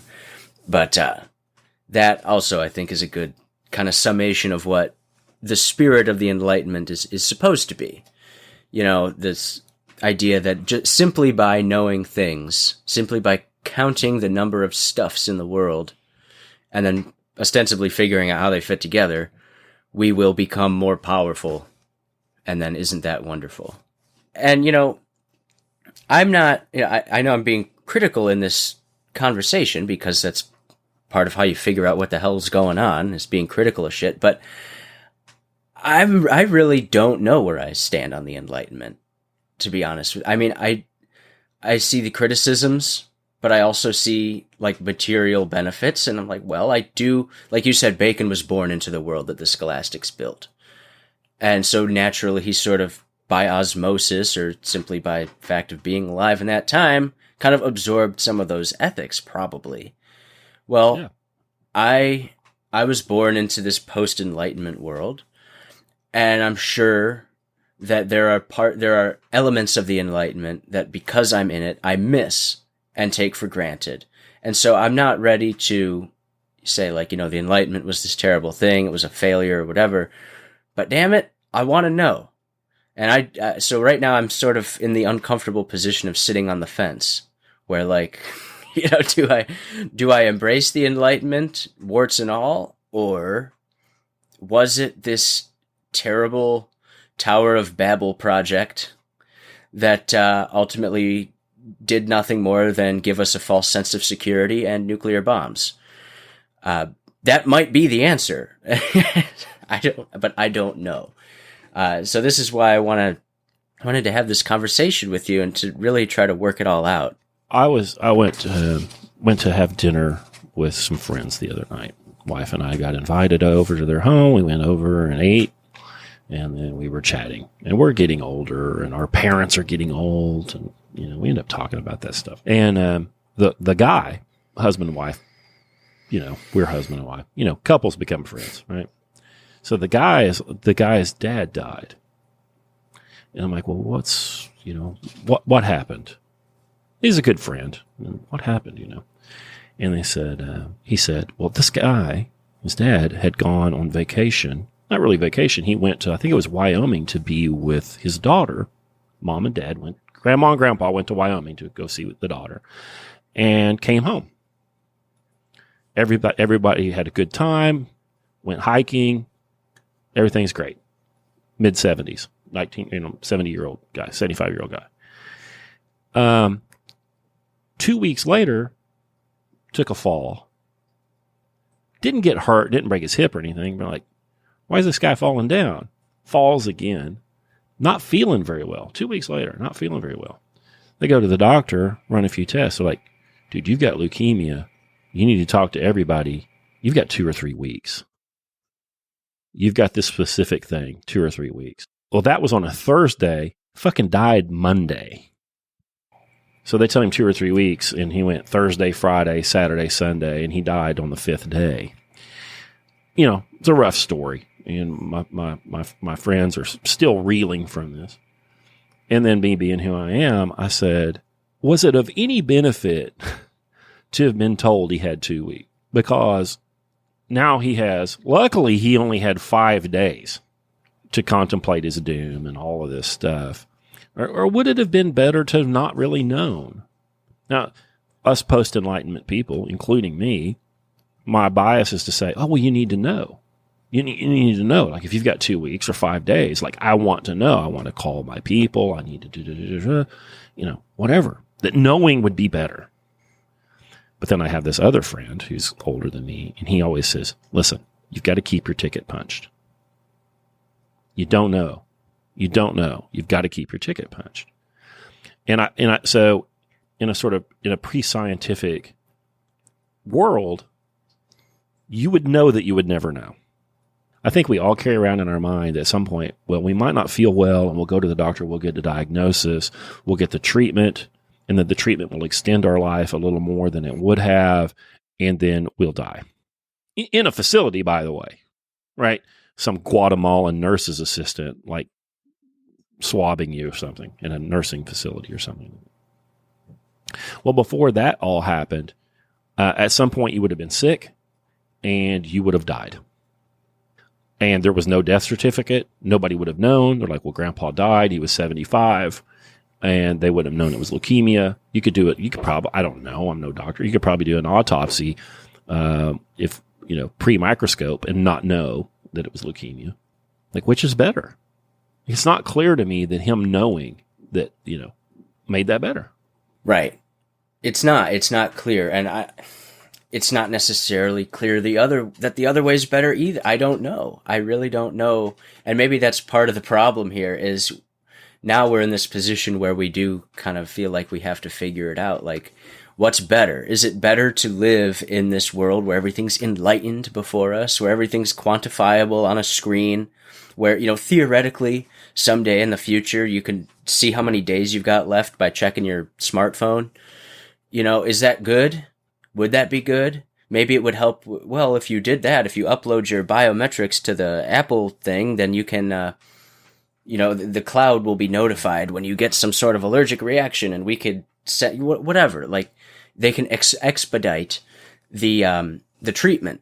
And you could argue, well, that's a material good, but at what cost is it really? I mean, you're losing the sort of spontaneity that makes human life human, but also I tend to be of the belief, and it is a belief, because I don't really know, but we lose these kind of traditional folk ways of knowing things by replacing them and thinking we make them obsolete with technology, when in fact technology is really just kind of softening or even deadening our capacity to really be aware of ourselves and our surroundings. There are old wives' tales and stuff where, grandma can just tell that you're going to have a baby boy or something. There are signs and signals. Right. And we laugh at these things because we can't put them in a test tube. We can't, control for grandmothers knowing about what kind of grandkid they're going to have. And so we forget all that stuff, and then we come up with this inductive quantifiable test, and then with predictive certainty, we're able to determine whether or not it's going to be a boy or a girl or a they or a them or whatever. But it seems like in this process of instrumentation, we're losing our own ability to, I don't want to get all woo-woo, but I think that the human being is probably capable of quite a bit more than the Enlightenment would have us believe, because we've outsourced all of our knowledge to machinery and to method, to inductive method. And I read this book. It's called What Doesn't Kill Us, by this journalist guy. It's fairly new. And he talks about traveling with these native peoples all over the world, these indigenous tribes folk. And they'll take these guys out onto a boat, well out of sight of the land, and they'll spin the shaman around or whatever he is, and he'll be able to point, that's west, that's north, that's south, with compass level accuracy every time. The guy's able to look at the way the waves are spreading across the water, the actual wave form is spreading across the water, and be able to determine where the land is without actually seeing land. And in this book, the guy describes how scientists are trying to figure out this insane phenomenon. And basically what they found is that humans have magnets in their brains, this magnetic material that's in the brain that acts as a compass. And that this sort of thing this muscle, for lack of a better term, is exercised in these people who don't rely heavily on instrumentation to do their navigation for them. So these people who live in nature develop skills that to us seem like superpowers that we wouldn't even believe. Mm-hmm. Have you ever seen dowsing? No. Where people find water with sticks? No. You haven't? Oh, man, you need to go look it up. Dowsing. Dowsing, D-O-W-S-I-N-G, I think that's spelled. Yeah, so old-timey shit, you get a couple of sticks and you walk around and hold these sticks out horizontal, level with the ground, and then they cross, and wherever those things cross, there's water down there. Now, I need to say, I have this macrobiology background and a chemistry minor and, all that stuff. And I've been really skeptical about this. Nobody can explain this dowsing thing. And you can go watch that stupid Penn and Teller show bullshit, and they shit on it. I have seen it happen 3 times, and it's worked. Friend of mine, his name's Red, because that's what you'd be named if you were him. I had him put a driveway in for me. We had to cut a bank. Well, my property is quite a bit higher than the roadbed. And we had to cut a slope there so I could get in and out of the property without high centering a car or whatever, And they got this 1-800 number you can call, and then some guy comes out and marks all of the utilities and stuff, so you don't hit it with an excavator or a dozer. Well, I called them and said, hey, we're going to be out in a week at 7:30 a.m. We're going to cut that bank. So come out and flag all these. We're in rural Oklahoma. They never showed up. I knew there was an easement there on the property. So if there were any water lines or anything like that from the rural water department, that they should be in that easement. But the easement's 28 feet wide. And we knew we were going to be cutting into that easement. And Red got there, and he's got a dozer and an excavator, and like it's game on. And it cost a lot of money to just move the things, And I'm like, hey man, I'm sorry. I thought they were going. I was out here Friday morning. I'm like, surely they're coming out here Friday afternoon to flag it. None of this stuff's flagged. He says, we're doing it. I'm like, you cut the water line. You talk to him. Like, it ain't on me. He's like, oh, I'll find him. So he goes to his truck and he gets out these rods and he walks around and he's like, and he takes one of those little metal flags with a plastic metal stick with the plastic flag on it and sticks it there. Walks around, sticks it there. He's like, there's something here. I don't know. And they get out the excavator and start cutting that bank. And he gets close to these flags and he goes very, very carefully and whatever. There was a 6-inch water line and a 3-inch water line under each of those flags. And I said, hey, listen, don't lie to me. Like, you work in this area. You knew where they were. And he's like, well, we knew the easement was there, but it's 28 feet wide. It could have been anywhere in that 28 feet. It's probably towards the center. But he's like, the flag is right on top of it. Like I showed you. Like, I mean, it could have been 6 inches, a foot, 5 feet. He's like, yeah, I mean, it works. He's like, I've done it. Anyway, I've seen it happen 3 times. Jeez. Carl had a water well drilled, and they drilled. He's like, I would like the well to be right here. Like, economically, this would be the best for me because I would have to would require less wire and less plumbing supplies for me to plumb it up. And they drilled a hole, no water. It's a 10-acre plot. The guy gets out with his dowsing rods. He's like, they didn't hit any water. They drilled 360 feet, no water. And he gets out these dowsing rods, and he's like, well, how about if we try here? I was like, you bet, go for it. Water. Lots of more water than they can use. I've seen it happen 3 times. Inexplicable. But it's not inexplicable. But the fucking scientist says that if they can't explain it, it doesn't exist. Like you said woo-woo a while ago. Like if we talk about something that isn't quantifiable, we all nowadays, because we live in the post-Enlightenment world, have to qualify it. Well, I don't want to get all mystical here. Yep. Just because it's not quantifiable doesn't necessarily mean it's mystical. Like, so some guy can spin on his heel with his eyes closed, and then he says, that's north. It's not mystical. We just don't know. We just don't understand it yet. It's not mystical. See, right. The principle of sufficient reason says it can be explained. It can be explained. We just don't know how. But science can't explain all kinds of things. It can't even explain itself. We talked about that paradox earlier. But because all of these philosophies end up getting taken to their logical conclusion, it just rejects every category of thing that it can't explain. It just rejects it entirely. It just rejects it entirely. So Penn and Teller in their show Bullshit just quote-unquote debunk dowsing. Mm-hmm. Well, what about the thing where I know a guy who spent thousands of dollars to drill a water well on the data it gave him and it came in?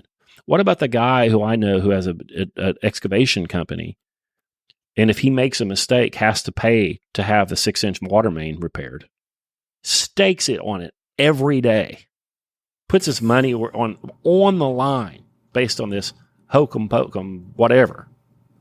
The Enlightenment has nothing to say about it. Nothing to say about it. In fact, it's worse than having nothing to say. They won't abstain. They say, oh, no, it's rubbish. Mm-hmm. They won't abstain. They don't have the honesty to abstain. Clowns.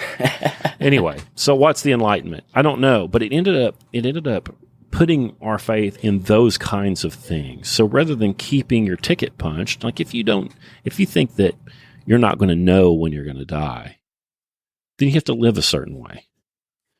And people are like, oh, you need to live in the moment and be present. Well, what's going to cause you to live in the moment and be present more? Having no idea when you're going to die, or thinking that you were going to get some lab work and get a heads up. It's disrupted everything. Have you read Ted Kaczynski's manifesto? I actually have not read the manifesto. I probably should, though, huh? Yes. Industrial Society and Its Future, Ted Kaczynski. His diagnosis is correct. His call to take up bombs and blow up all these people maybe isn't right. I think we could probably reject that, but he says, if you invent a technology, it will be used. Yeah. There has never been a technology that was developed that wasn't used. That somebody said, "Ooh, look at this fucking thing," and puts it back in the box and puts the box on the shelf. And we got the Pandora's box story for a reason. We got Prometheus story for a reason. And the thing about the Enlightenment is it ends up opening all of those boxes, but has no way of determining which of those tools should ever be used. Right, because your ethics, the ethic in this sort of scientistic post-Enlightenment system is purely just based on this impulse to progress.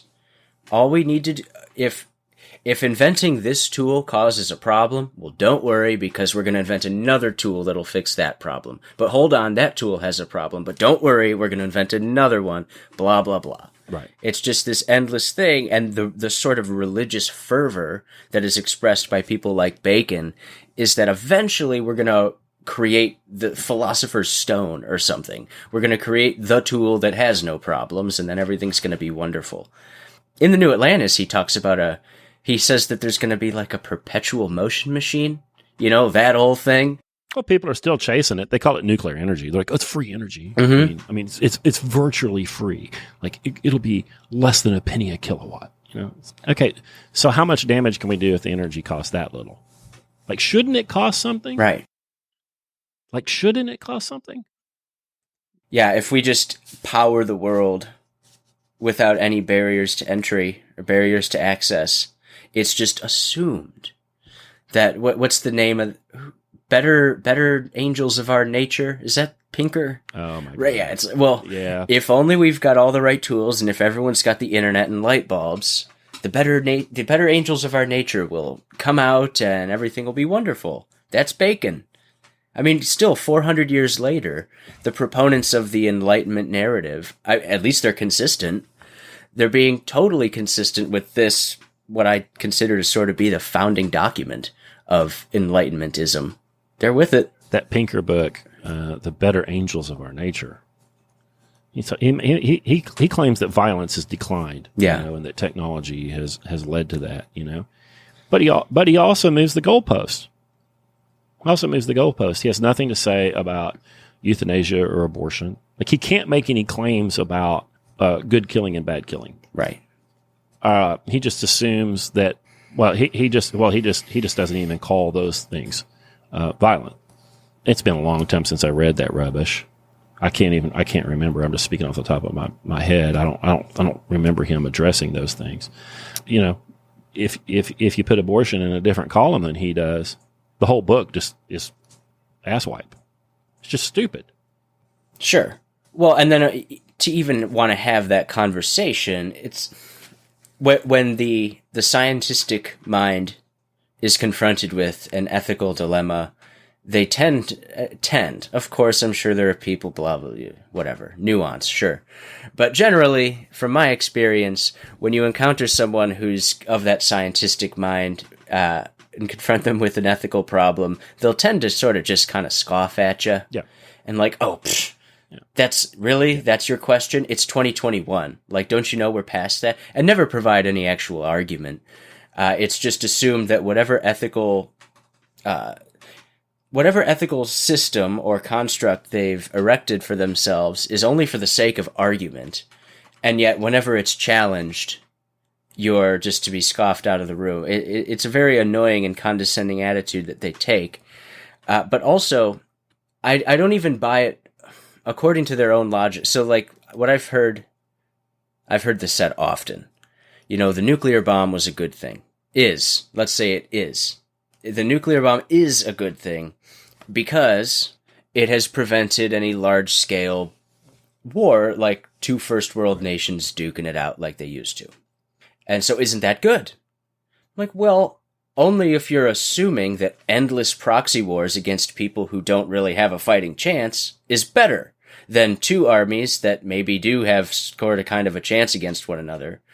Like there's an ethical assumption baked into that. I don't know what the right answer is, but damn it, let's ask it. Right. Yeah. No, endless small scale skirmishes is, it's who we are, dude. Right, of course. It's who we are. Yeah, the idea that the human race is becoming more kind that Pinker puts forth, or that idea that is behind that idea you just put out there, it's It just ignores so much. And, is it kind that, we have in vitro fertilization? So now women can get pregnant at a much later in life than they could have. Mm-hmm. Is that ultimately kind if you actually, look at it and say, well, that means that women are delaying motherhood. I believe that motherhood is part of their telos, part of their defining purpose, and that causes them a great deal of stress. And maybe they could have gotten pregnant for the cost of a margarita at age 23, but now they have to take out a home equity line of credit at age 38. But, they just say everything's becoming more kind. I don't think that's doing these ladies a kindness.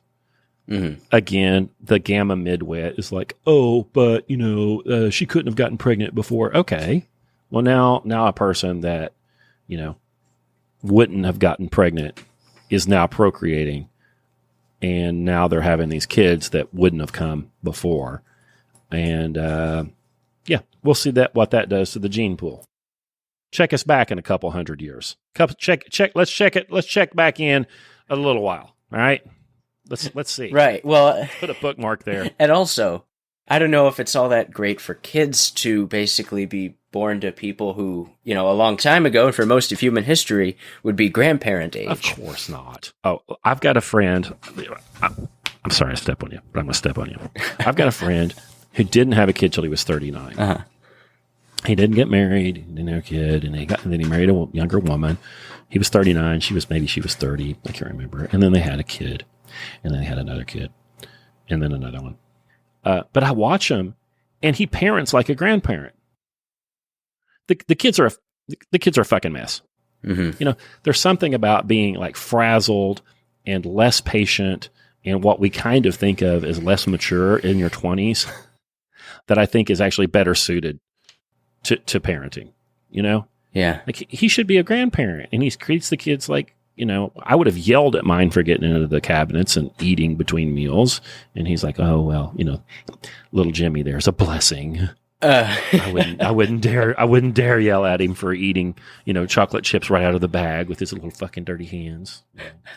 Well, right. I mean, that grandparent age is for grandparents. And also, living in the world that we live in, where it seems like every 10 minutes is a new generation, how are you going to be able to relate to your kids if you're 30 years older than them? I mean, it's hard enough if you're... It's hard if you're 18 years older than them. Oh, you're only going to make it more difficult the longer you wait. If you're 50 and you've got a 10-year-old...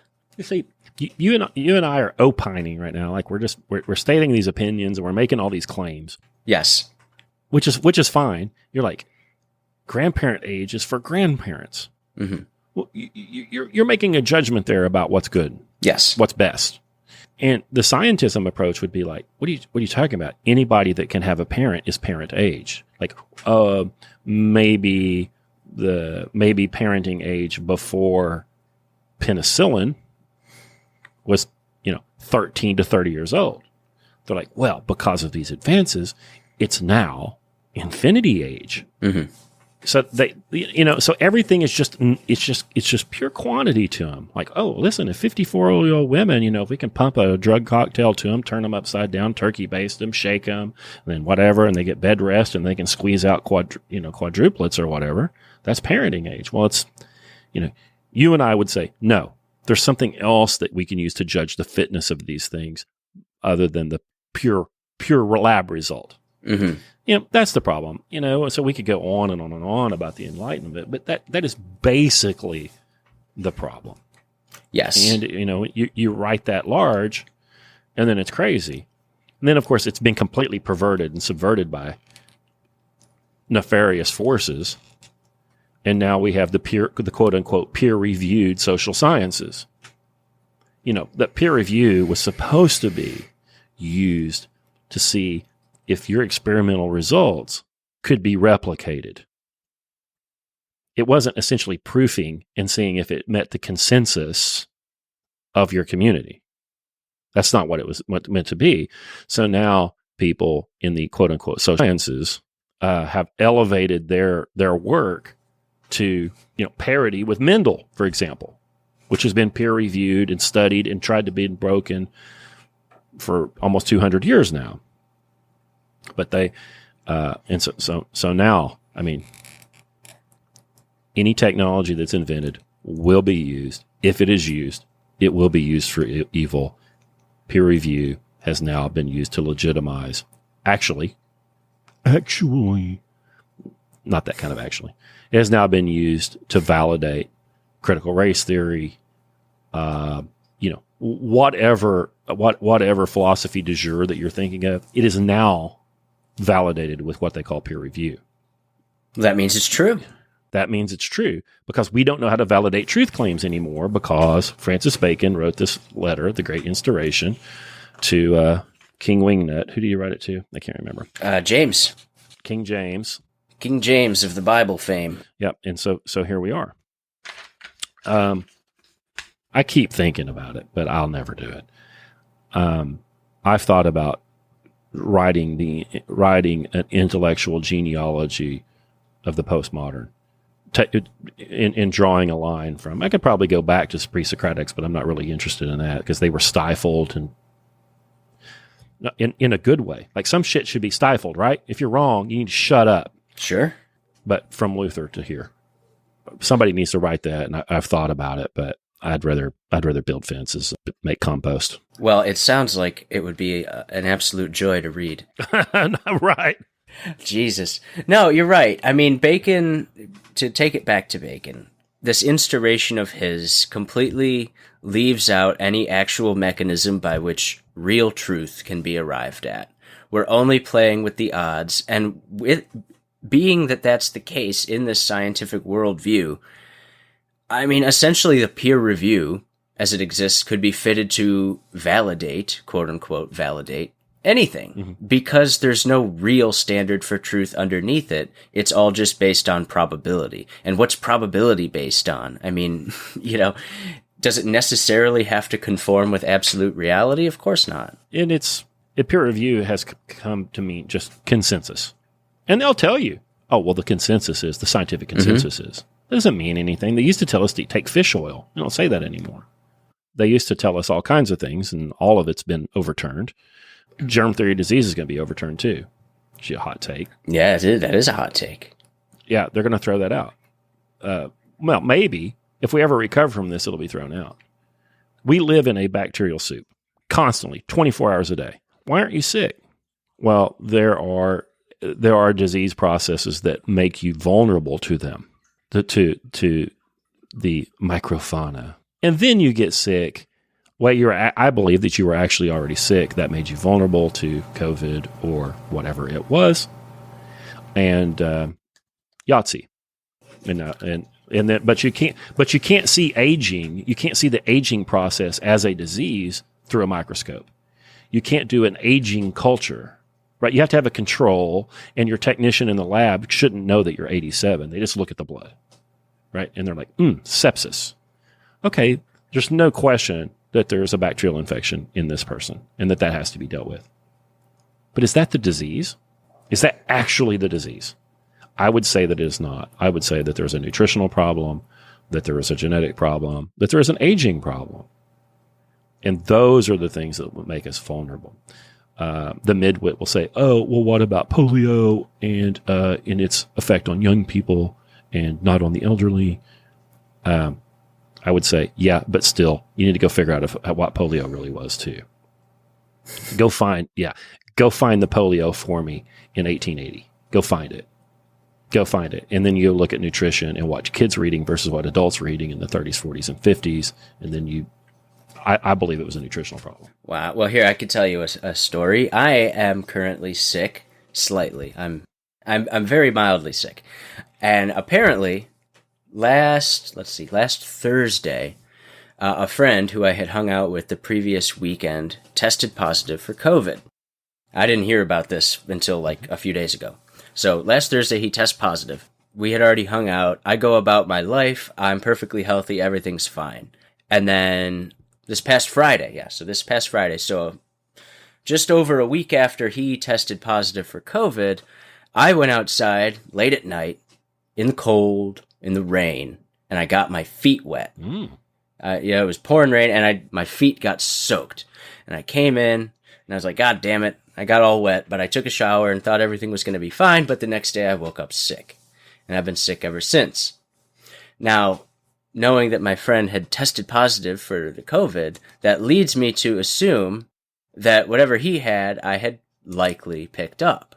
However, I didn't actually get sick until I had dealt that blow to my immune system by actually getting wet and soggy and sitting in my own rainwater mess for a while.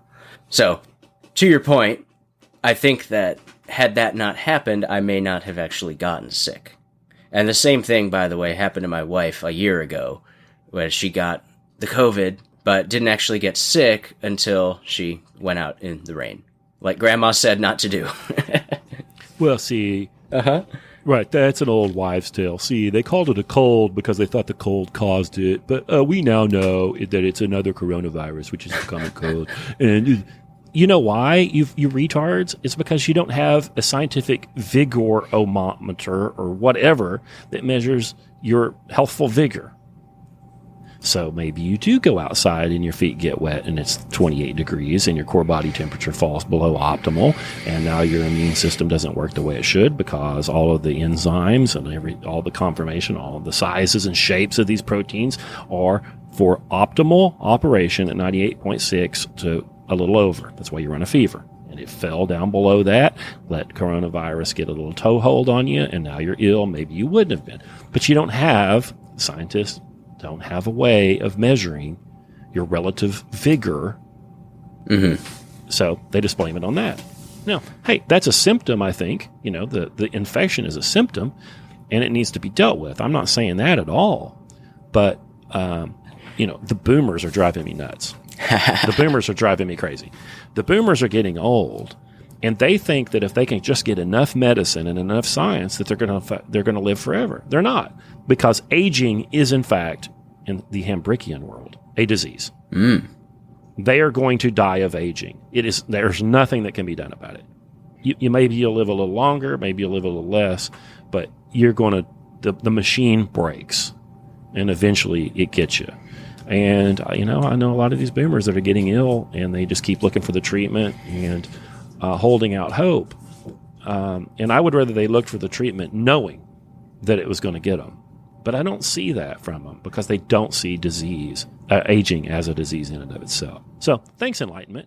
Well, right. Enlightenment is that Promethean vain hope. Yep. That if you could just hang on long enough, eventually we're going to solve all your problems, entropy included. Apparently. I mean, Ray Kurzweil, you know about this guy, right? The Google dude who's taken like 150 vitamins a day because he wants to stay alive to merge with the machines. And that sounds crazy to regular people who work for a living. But there are people out there who are fully committed and honest to God believe that the time is coming where human ingenuity will effectively turn us into gods. Yes. And this is a metaphysical problem. What does it mean to be a human? Mm-hmm. What does it mean to be a human? And maybe Kurzweil is up in his head enough that he is disembodied from himself and he has dysmorphia. He might not. I guarantee you that he doesn't associate with his own body in the way I do. Because he couldn't. Because if he did, he wouldn't want the machine, the transhumanism thing. So anyway, it's a metaphysical problem. It's a misunderstanding of what it means to be human. And transhumanists, trannies, and you are cousins. You might even be sister brothers or something. Because you both share this, in your minds, you share this disjunction between the body and the human, the person. You see the two things as separate. And I don't believe they are. Science can't say anything about the soul or the spirit, or Sam Harris would say, "Oh, that's the hard question of consciousness." They don't have anything to say about that. So you end up with transhumanists and trannies, and everything's fucksword. And now there's a drag queen reading to your kid at the public library, and you're confused. No, it's the Enlightenment. Well, and the body, they're cousins because not only is there that separation between the mind and the spirit, or the mind and the body rather, but also because of that, as a result of that, it becomes acceptable and encouraged to augment the body to fit the whims of the mind. So not only are they separate, but the body then becomes the sort of subordinate to the... Is it the whim? Does it even matter? Well, you see, the intellect is superior to the body, you see. Bacon tells us that the intellect is superior, though, he also calls for, using the senses and all that stuff. But you add you get Bacon and you add a little Calvin in, where man is totally debased. The sin resides in the body and all of these desires and appetites, et cetera, et cetera, et cetera. And you end up with trannies. I mean, it's a direct result of Calvinism, Calvinist thought, and the Enlightenment. I think I can, again, I've been thinking about drawing out this genealogy. If you think about the Puritans of New England in the 1600s and the witch trials and the Scarlet Letter and all of this stuff, that was Calvinism. Yes.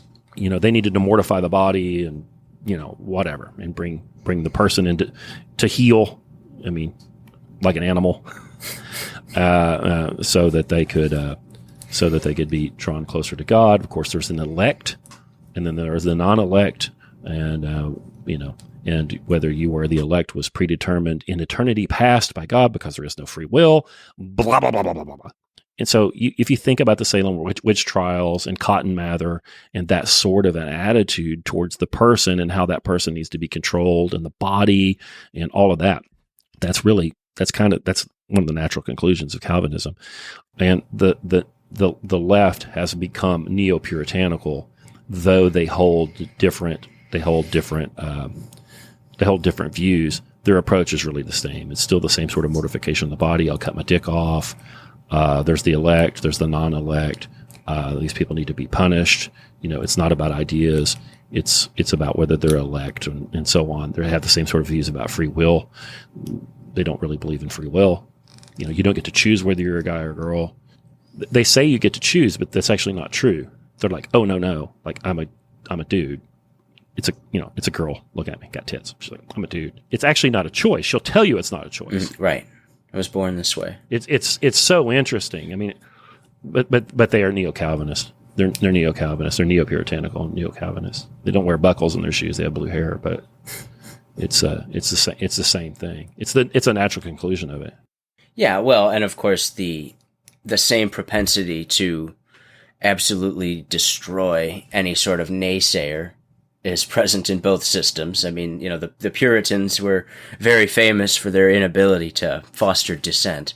And we see the very same thing happening now, where if you challenge or even just question, like, hey, that seems kind of weird that you might want to, mutilate your body to feel normal, you're a bad person for even raising that question. Yeah, what's normal? And it is very puritanical in that way. And, there's a very tight correlation, and I mean, you could even say there's a causation from the Protestant Reformation, which obviously leads to Calvinism, but also into this sort of scientific Enlightenment, because both projects were theoretically intended to democratize the problem of truth, right? So part of the issue that the larger Protestant Revolution or Reformation took was that the powers that be within the church had essentially captured all the important knowledge in the world. They were the ones who were interpreting the Bible.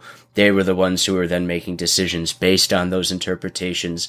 And the average person, they didn't really have access to the information that was necessary to make important decisions. So the Protestant cause was largely to democratize this interpretation of spirituality and truth.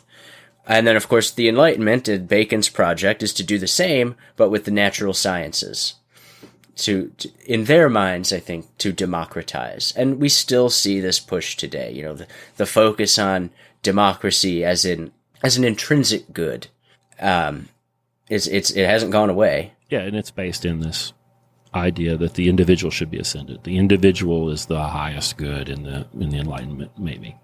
This radical individualistic approach. I'm a product of it. It's hard for me to argue with. I'm not really interested in subordinating myself to anything. Right. So I have a lot of trouble dealing with that. But I can see the results. I can see the results of it, and that doesn't seem good. So I have a hard time squaring that. I'm not interested. Like I said, I'm not interested in subordinating myself to an authority that proclaims to know the good. But I also think that one of the reasons for that is that because since the Enlightenment, the authorities that proclaim the good have no notion of what it is at all. Like, could you subordinate yourself to an authority that proclaimed to know what the good was, who actually knew? Well, I'd like to think yes. Yeah, I think so. I've got a friend that he was saying one day that in our book group, we were talking about what is liberty or freedom, and then what is it actually a categorically a good, And he said, imagine if you were on a road, and it's just nothing but forks. You can just go left and right, just continually. It's just nothing but forks, left and right, decisions. Like, you would have an enormous amount of freedom and liberty, maybe. Well, what if you were on a road and there were barriers across every wrong turn, and you could only take the right turns, the correct turns? He's like, that would be true freedom. He's like, what if in life you could only make the best choices? If you could only choose the good, you would never be able to harm yourself, ultimately harm yourself. Sometimes the good means a sacrifice, maybe. But you would only be making choices for the good. He's like, that would be true liberty. That would be true freedom. That's a hard pill to swallow, because we somehow have been trained, we've been taught that, that choice is good. Yeah, in and of itself, like just simply having a menu. Yep, categorically, it's just good to have a choice. But we also know that it's not true. Like, you go to the grocery store and you take the kids, and what do they do? But right there at the checkout, on both sides of the line, you're getting ready to put your stuff on the conveyor belt. There's candy 6 feet high, 10 feet wide on both sides of the line, and you've got 2 toddlers. Well, they want all of it, and they shouldn't have any of it. Like, the best choice is none of it. Right.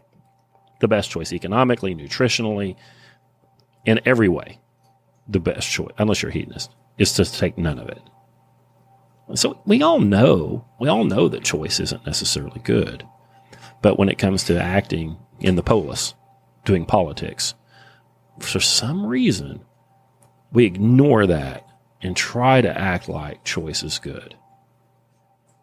I can't square it. I don't like the idea of not having choices, but I also like the idea of putting nothing but the best in front of my children. Yeah, that's a rough one. That's a really rough one. I don't know how to even begin to approach that problem, but I do know that this modern project of simply declaring the virtues of democracy as intrinsically obvious and never really discussing it any further has not made solving this problem any easier. I mean, for Christ's sake, I know you guys for your podcast, you read Bernays. I think Bernays, for all of his faults, and they are many, I think that he's actually probably the most astute. He's got the most astute description of what democracy actually is, because he doesn't quite articulate it this way, but I did a show on him, and I basically turned his take on democracy into a syllogism, which is that if democracy is rule by the people, and the people are influenceable by a minority of propagandists, then democracy is rule by a minority of propagandists. And that's that. Yep. Sorry. My podcast partner, Carl, he always says that it's always oligarchy. It's just you may not know who they are. Right. That's what Carl says. Yeah, that's what Bernays is saying. Okay, so we're back now. We're down to monarchy. I don't know. And if it's a democracy, Well, what is it? One of my internet friends says it's the 400. If we could just name the 400 people, we could clean this up. Mm. The oligarchs, right? If we could just name the 400, we could clean it up. But we think it's a democracy, so the country is just torn apart because we all see the other people as political actors. So rather than hating the king, you hate your fucking neighbor. I think it would be much better to hate Louis the 16th than half of the people at the grocery store. Right. At some point, thanks a lot, Abraham Lincoln. You're like, well, we've got a political problem here. We're just going to have to kill half the people in the country. Or at least enough of that other half that they just quit. Yeah. Whereas, Caesar crosses the Rubicon, he has to defeat the other oligarch. Yeah, and you were talking about world wars versus skirmishes. There's something about democracy means you actually have to go to war against the other country. Well, it used to be our king and your king hate each other and are fighting for power or territory. There is not fiat currency. They actually have to deplete their own gold to do this. Let's go. And it might conscript you and so on. But it wasn't the French trying to kill the English. Right. In the 1600s. That's new. So thanks a lot.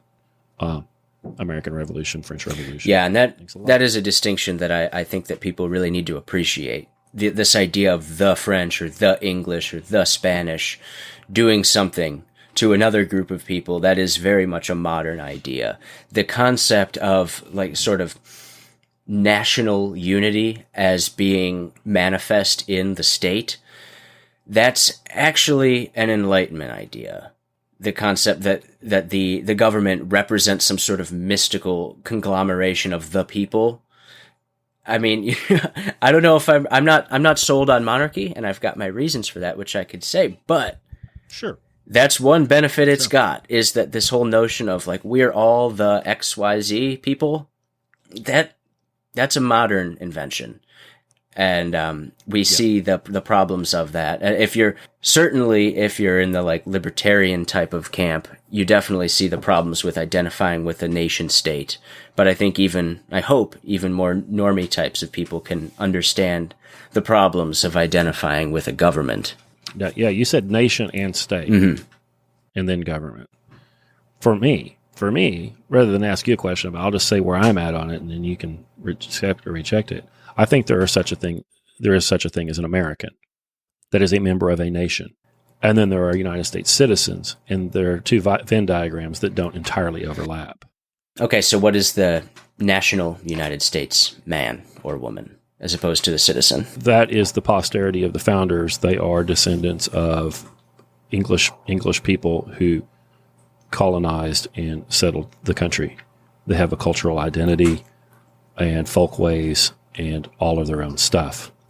I have a dear friend who's from the Philippines, has a thick accent. English is her second language. She's a citizen. I am too. She has every right I do. I don't deny it. She's not American. Okay, so it's not the reason I ask, because some people want to say that America's an idea, or it's a set of ideals. So to you, an American national is not someone who simply ascribes to those ideals. It's actually a matter of lineage. Well, it's not a matter of lineage. It's not genetic. It's cultural, it's folkways, although it might be genetic as well. But it's all those things. It's all those things. Yeah, there seems to be no question that there's such a thing as a New Englander and there's such a thing as a Southerner. Mm-hmm. There's no question. If a Puerto Rican immigrant, who I understand is an American citizen, I understand this, midwits. Don't at me. I hate you. If one of them shows up in Georgia and then his brother shows up in Newark, New Jersey, is one of them suddenly a Yankee and one of them a Southerner? No, clearly not. Clearly not. Right. They can vote. I don't deny that. But they're not the same. They're not the same thing. It has political consequences. We're going to find out. Yeah. No, I agree with that totally. If you just find it as a matter of culture, which I think you're doing, among other things, I definitely agree. There are Americans and there are non-Americans, and you can tell the difference basically by talking to them, by gauging what their attitudes are and how they behave, how they do things, how they interact with other people. you can definitely get a sense, or like a German versus an Italian. Clearly. There are differences, and it doesn't necessarily depend on who happens to be leading one of those two countries at that point. It's not a matter of government. Right. So, in the Enlightenment, in the French Revolution, there was this guy, Saint Just, who is he the guy who came up with the term national? Probably not. But he's often credited as one of the guys who really kind of framed out the modern conception of what it means to be a nation. And he did it. He's this Enlightenment guy. He did it with the intent of actually mobilizing the French working class behind a republican government. And so when I'm thinking of nation, I'm thinking in terms of specifically a mobilized political mass who are intended to support a government and, in fact, identify with that government. So even then, I'm using it in the Enlightenment sense. But I see where you're coming from as well, and I think that you're correct. So if you're right, can you have a country of 350 to 380 million, or however many people are here, with all these different kinds of folks, and actually have a political nation, like your Enlightenment definition says? Yeah. Well, my personal belief is that no, you cannot. But according to that Enlightenment definition, yeah, I really don't see how. No, I don't think you could have that unity. Doesn't seem like it. So I think your best chance, your best shot is at some sort of a coalition government, but you're going to end up trying to fucking kill each other every 60 to 100 years. So 1965. But is that going to happen anyway? No, not necessarily. Not necessarily. This village and that village in France in the 1400s weren't trying to kill each other. Mm-hmm. Again, war. I mean, there's always violence, right? Nothing's utopian. But war was limited to the oligarchy trying to, wrest power and territory from each other from time to time.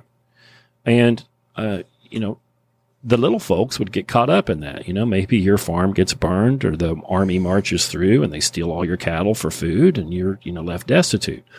There's some conscription, but not like it is now. Not where we say that the Americans and the Germans were at war. It's like, right?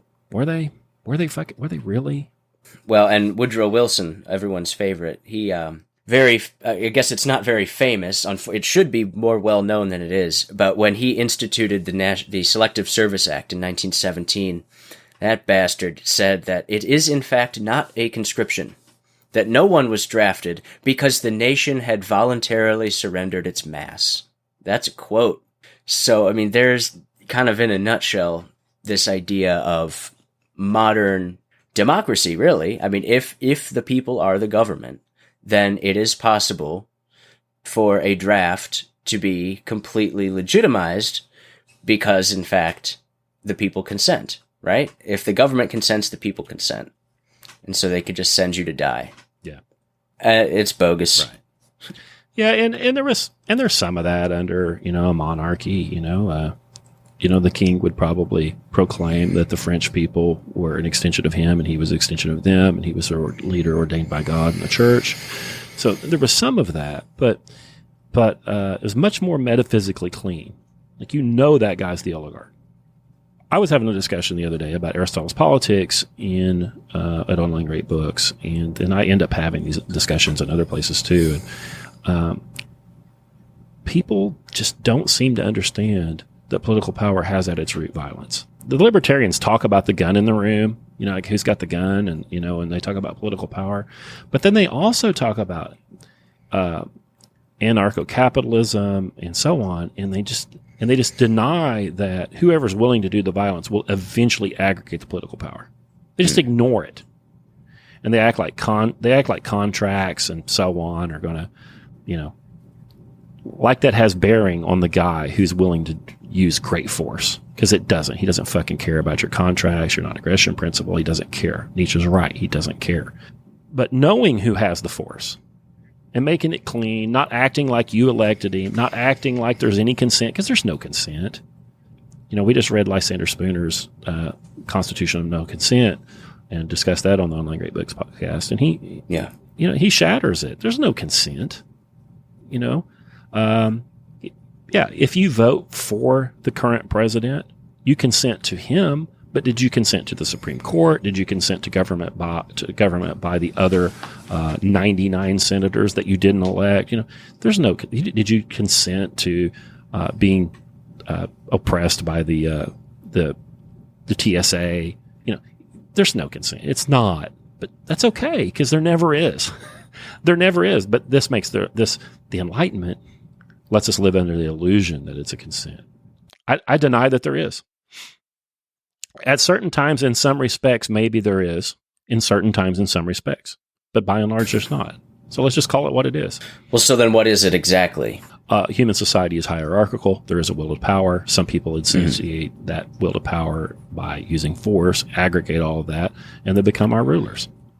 But, have them wear purple and a crown and own it. And they'll have to be careful. Right. They're going to have to be real careful because everybody knows who they are, and they know we know who they are. And they end up with property rights as a monarch in the country, and hopefully, and I believe property rights are valuable as incentive for proper action, and hopefully that would have some sort of stabilizing effect on their behavior. But it's just a bad scene, being a human's a bad scene.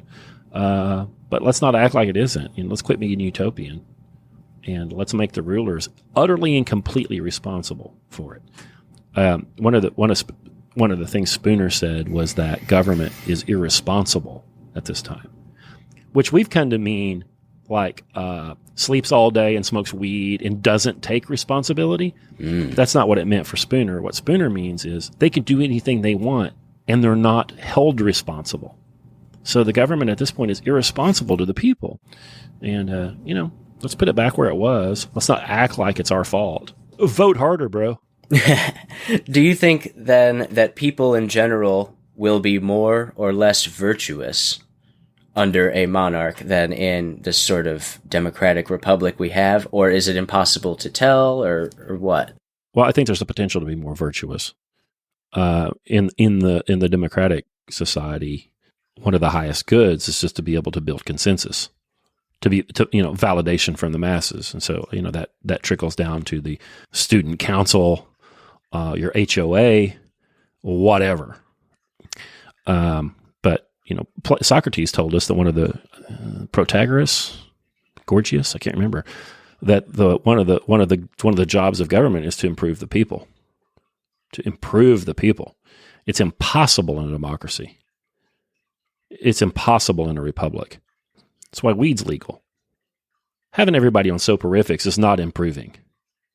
It might increase quote-unquote liberty, but it's not improving of the people. It's just not. Sorry. Having everybody on soporifics is not. Oh, but my uncle has glaucoma. Shut up. We have medicine, but we're not talking about that.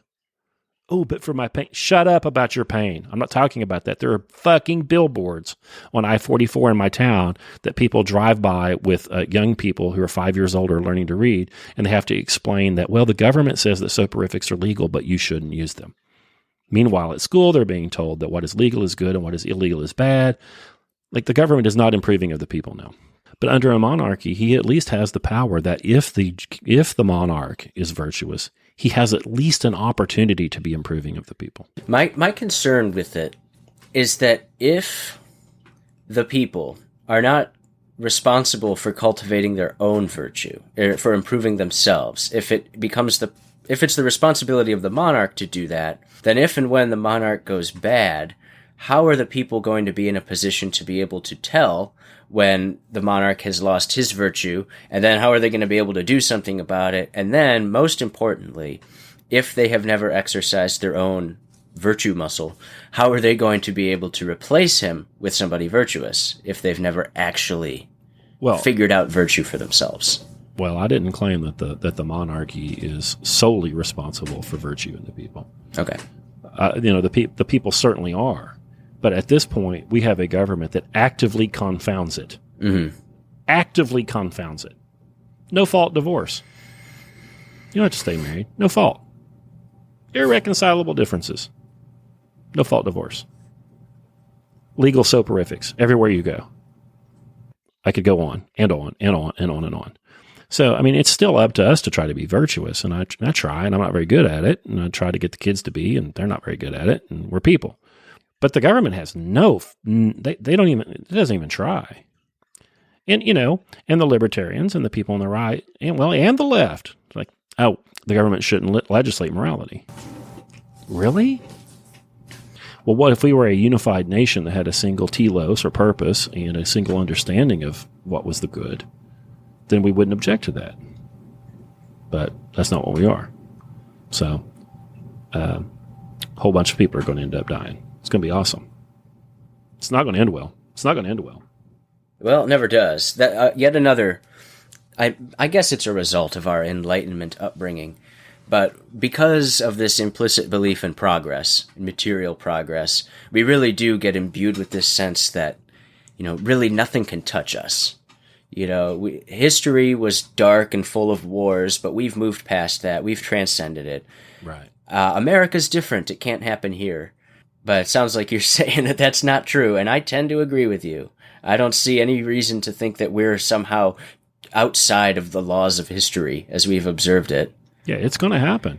If more and more people think that we need a sort of regime change or need a drastic change in political direction, because of the way this is set up, the natural conclusion is that half of these people need to submit.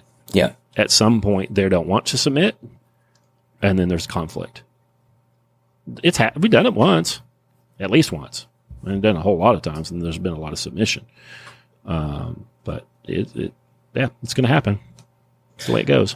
Yeah, and where the nation, the country of America, is quite a bit bigger than it was when it happened the first time, too. So, if anything, it's not necessarily even that there are two groups. I mean, there's a whole collection of groups, or there could potentially be. Oh, there's dozens of them, and there's no territory. There's no front line. Mm-hmm. It's not going to be the Army of Virginia, Northern Virginia, and the Army of the Potomac. It's going to be house to house. It's going to be one for the books, man. Right. Well, it's going to be the same sort of Enlightenment style. I keep going back to it because it's just all pervasive. This Enlightenment style, democratic kind of war, I guess, where just the same way that war is waged in the Middle East with these, like drones and high-tech external interventions just sort of raining hellfire down into people's normal lives. I don't see any reason to think that sort of technology wouldn't be applied here at home as well. Because, essentially, America is a country of insurgents, right? Or potential insurgents. Well, wait a minute. Well, some of them are. Yeah, there's a whole lot baked in there. Do we need to just stop and then just start another show? No, I'm sorry. I'm going all over the place. When they collapse the currency and can't buy drones anymore, then it's just going to be just a bunch of people. It's going to be a third war. It's just going to be house to house, street to street, clan and clan. It's just going to be, It's going to be third world stuff. It'll be whoever could go seize the arsenal at the local National Guard armory and get his bros together and kick your ass. Because when they collapse the currency and the checks don't clear, if cops can't get their pension, they're not going to do anything. Come on. They're not going to keep order. And it's just going to be nuts. It's going to be nuts. And they're going to collapse the currency and not have any power. Then the blue helmets will be here. We'll have to figure out what to do with them. Hopefully all the other currencies collapse at the same time and they can't get over here. And it's just going to be third world stuff. It's going to be a new dark age. A real dark age. Yeah. It's going to be a new dark. It's going to be, with more destructive technology, fully automatic weapons with stamped receivers you can make with a hammer and an anvil. It's going to be awesome. Jesus. Well, we've gotten a little bit away from the great instauration. However, I do think that... Did we? I don't think we got all that far, actually. I think that, if anything, this is like... We've talked about the Enlightenment, and now we're talking about the consequences of the Enlightenment, as we know them and as we expect them to be. Yeah, so... Well, let me talk about Galileo now. Okay, go for it. So we like to talk about, he exploded the model that the church held of the universe and with his heliocentric, blah, blah, blah, and they had a trial and they put him in jail. It's like, well, listen, if some motherfucker invents the killdozer, whatever, right, you can just just destroy all of our metaphysics, destroy people, upturn the entire political order to the point that the world is completely unrecognizable and millions and millions and millions have died. What are we supposed to do? Now, again, the midwit is saying, Galileo didn't kill anybody, and that wasn't a technology that like nuclear weapons or automatic weapons. Are you so sure? Are you so sure? You know, because then you go forward a few hundred years, and Carl Sagan does this fucking talk called The Pale Blue Dot, where he convinces NASA to, you know, allegedly turn the camera around on, what was it, Voyager, and take a picture of the Earth from the edge of the solar system and then send that back. And then he gives us this talk about how insignificant we all are because the void is so large. That's a disgusting metaphysical outlook. That's a disgusting metaphysical outlook, which devalues human life. And that's ultimately Galileo's fault. Man should be placed at the center, in my opinion. Oh, but that's not actually what happens. It's like, listen, if we can have a model that lets us have a predictable calendar and navigate the globe, but still puts people at the center, like, does it really matter where the sun is as long as we can do those things? Does it really? Like, what's most important? Right. What's most important? Then you get Sagan telling you how insignificant you are because the Earth is just a speck in the universe. The universe doesn't even exist to us when you're feeding your baby or going for a jog or whatever. That's ridiculous. That's a ridiculous outlook. But the midwit loves it. The 105 IQ guy loves to think about, how big everything is and how dumb you are for focusing on your interest. It's fucking disgusting. And it's Galileo's fault. They were right to put him in prison. There you go. There's another hot take. Right. God, you're full of them. They were right to put him in prison. So, of course, like we said earlier with Bacon, and I think we could apply the same thing to Galileo as well. It's not that these guys necessarily knew. No. The extent to which their innovations would be carried, but this is just what inevitably happens. Galileo's a genius. Would love to, if I was Italian, if I spoke Italian, I'd love to sit down and have a cup of coffee and talk to him. A man of goodwill, probably. A man seeking the good. No question. Screwed it all up. He would have no idea that Carl Sagan in 1983, at the end of that show Cosmos, would give the entire country, millions of people watched him tell them that they were insignificant. Have you seen that? You know what I'm talking about? I do, yes. The pale blue dot. It is absolutely disgusting. That is a disgusting, inhuman, devaluing, filthy worldview. It's terrible. Now, I suppose the counter argument would, and I'm not saying I buy this, but I can conceive of a counter argument to that being, actually, we continue to place man at the center of our metaphysic. It's just that in order to continue to keep man at the center of our metaphysic, we need to understand where the sun is, because to understand that, we can get off planet. And we need to get off planet to save the human race, because the human race is destroying the planet. But if everybody knew that the planet was all they had, and by the way, you didn't have your petrochemical and your free energy and all that, would we really be worried about the planet? Right. So it's all baked into the Enlightenment problem of it is development. Our only solution, if there's an environmental problem, the only solution is more tools, more technology. Right. Yeah. You know, all my crypto bug friends, and I've been one of them, are like, this is going to fix it. I'm like, no, it's more technology. It's more fiat. In fact, it's worse than fiat. Here's another hot take. Dude, I did real well on Bitcoin. Yeah. I understand how the shit works and had it before. I had a long time. It's been good. But the stuff's no good. It's basically because the nodes can elect to fork. It essentially makes fiat democratic.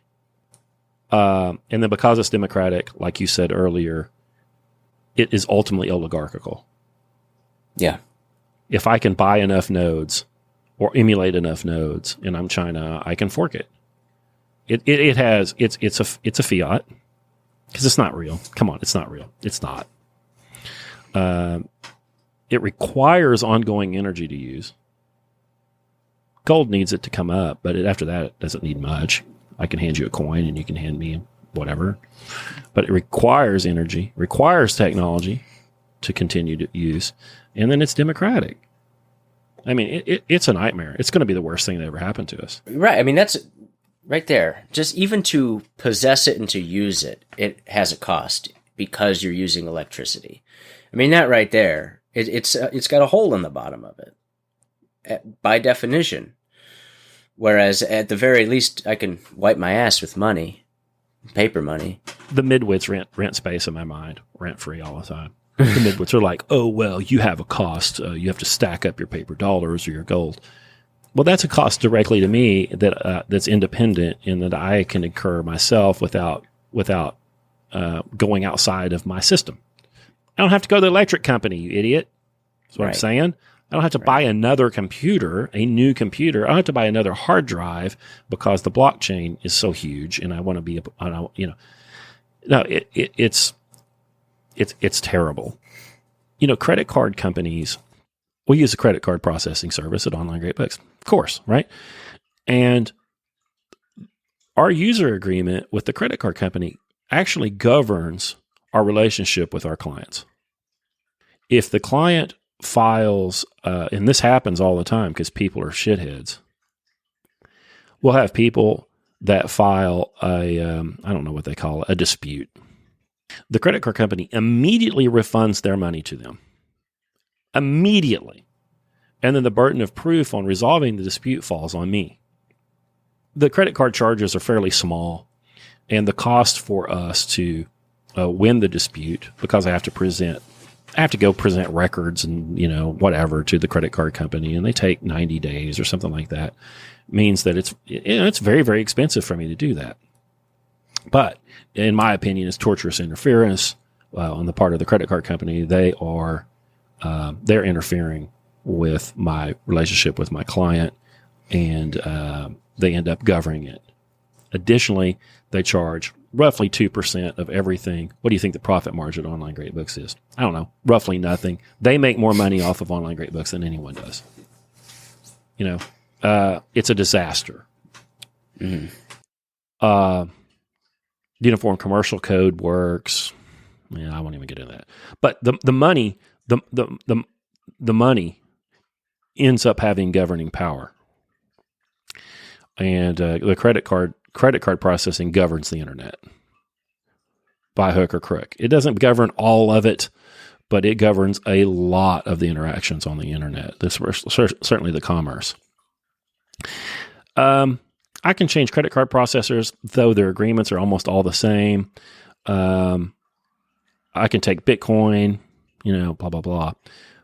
But what happens when if everything goes crypto? And then it does have that democratic aspect where people can fork it. A bunch of people can decide that they want to do something different and they fork it. Well, then they can change your interactions with your clients.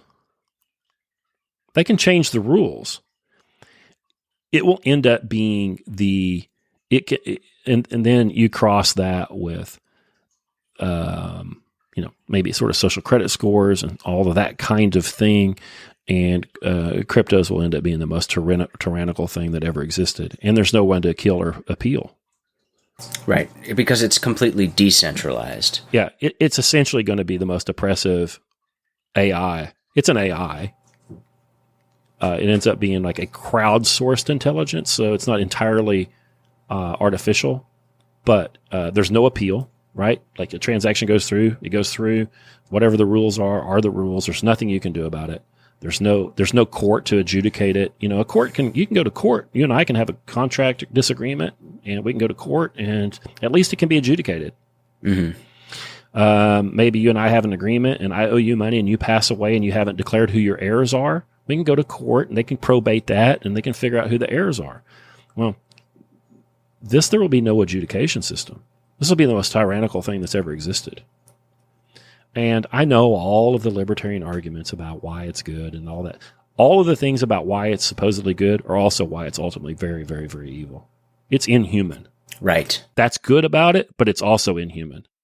And you end up with the pale, it's the pale blue dot. Yeah. Well, Awesome. the inhumanity is the concern of it to me. And I don't claim to know very much at all about crypto, mostly because when I first heard about it, I was like, my conspiracy antenna went flying out of my head. Like, this is going to be how they get us, isn't it? Yeah. So I don't really know much about it, but what I do understand with any system that is dehumanizing is that, I mean, it's fairly obvious to me. If you're dealing with inhuman systems, you're going to get inhuman results. And ultimately, I don't know if it's on purpose, although at what difference does it make at this point? But the point of crypto, the point of the endless automation of our lives and digitization of everything, digitization of books, digitization of formerly analog technologies such as music, etc., but really all beginning with this Enlightenment project, is basically a gigantic human engineering, a social engineering project to automate human beings, to turn us all into quantifiable scientific data points, rather than dynamic individuals who can adjudicate with one another, who can argue and disagree and all this stuff. We're all just being sort of lined up and stored into these boxes to be treated basically as economic product. Yeah, and NFTs will allow you to eventually be traded and shorted, and derivative financial instruments tied to your performance in your life, social credit score, all that stuff. NFTs are an absolute fucking disaster. The problems they introduce are enormously more difficult and dangerous than anything that they fix. And but they're here, and like Kaczynski says, if it's here, it'll get used. So, good times. Yeah, I mean, like I said, I haven't read his manifesto, although I really should. I have a feeling that there are a lot of implicit agreements I have with him. I mean, I'm highly skeptical of the technological society, and I don't know why exactly I ever arrived at that, but I am. I'm very skeptical of just this race towards endless and utopian technological development, progress. The idea of progress itself is something that I don't take for granted like so many people do. I don't know if the human race is really progressing, certainly in any moral sense. I mean, sure, there are certain comforts that our material lives have afforded to us, but I don't know that that necessarily means that we're better people or that we're going to be better people. I just don't know. But the Enlightenment, beginning with Bacon, has really, I think, gone a long way to just basically injecting people with this belief in an inevitable man-made utopia. I've talked in the past on my show and in my book that I wrote about the sort of utopianism that exists within traditional Christianity, in that there is the belief that at the end of history there will be a new creation, right? So God will wipe away heaven and earth and create something new, the New Jerusalem, and that there is a sort of utopian element to this. But the difference between that sort of utopianism and the utopianism of the Enlightenment is that this one is man-made, and that it does not require history and creation to come to an end.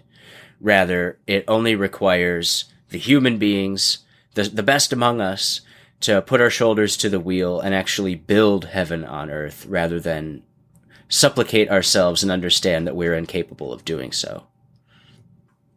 And I think that's a problem. Yeah. Well, I really appreciate you spending all this time with me. I'd love to talk again if you're interested, and if I wasn't too long-winded and all over the place. Yeah, say when and what you want to talk about. I'd be glad to anytime. And hopefully, if you guys are interested in what we've talked about, go read these books yourself. Go read Plato, go read Aristotle, go read the Scholastics, go see what happened, go read Hume, Deny Cause and Effect, and then watch the news and understand that it's not a coincidence. And by the way, it's not because of the libs. Like, it's a natural conclusion of what was given to us or taken from us, however you look at it, in the 1500s.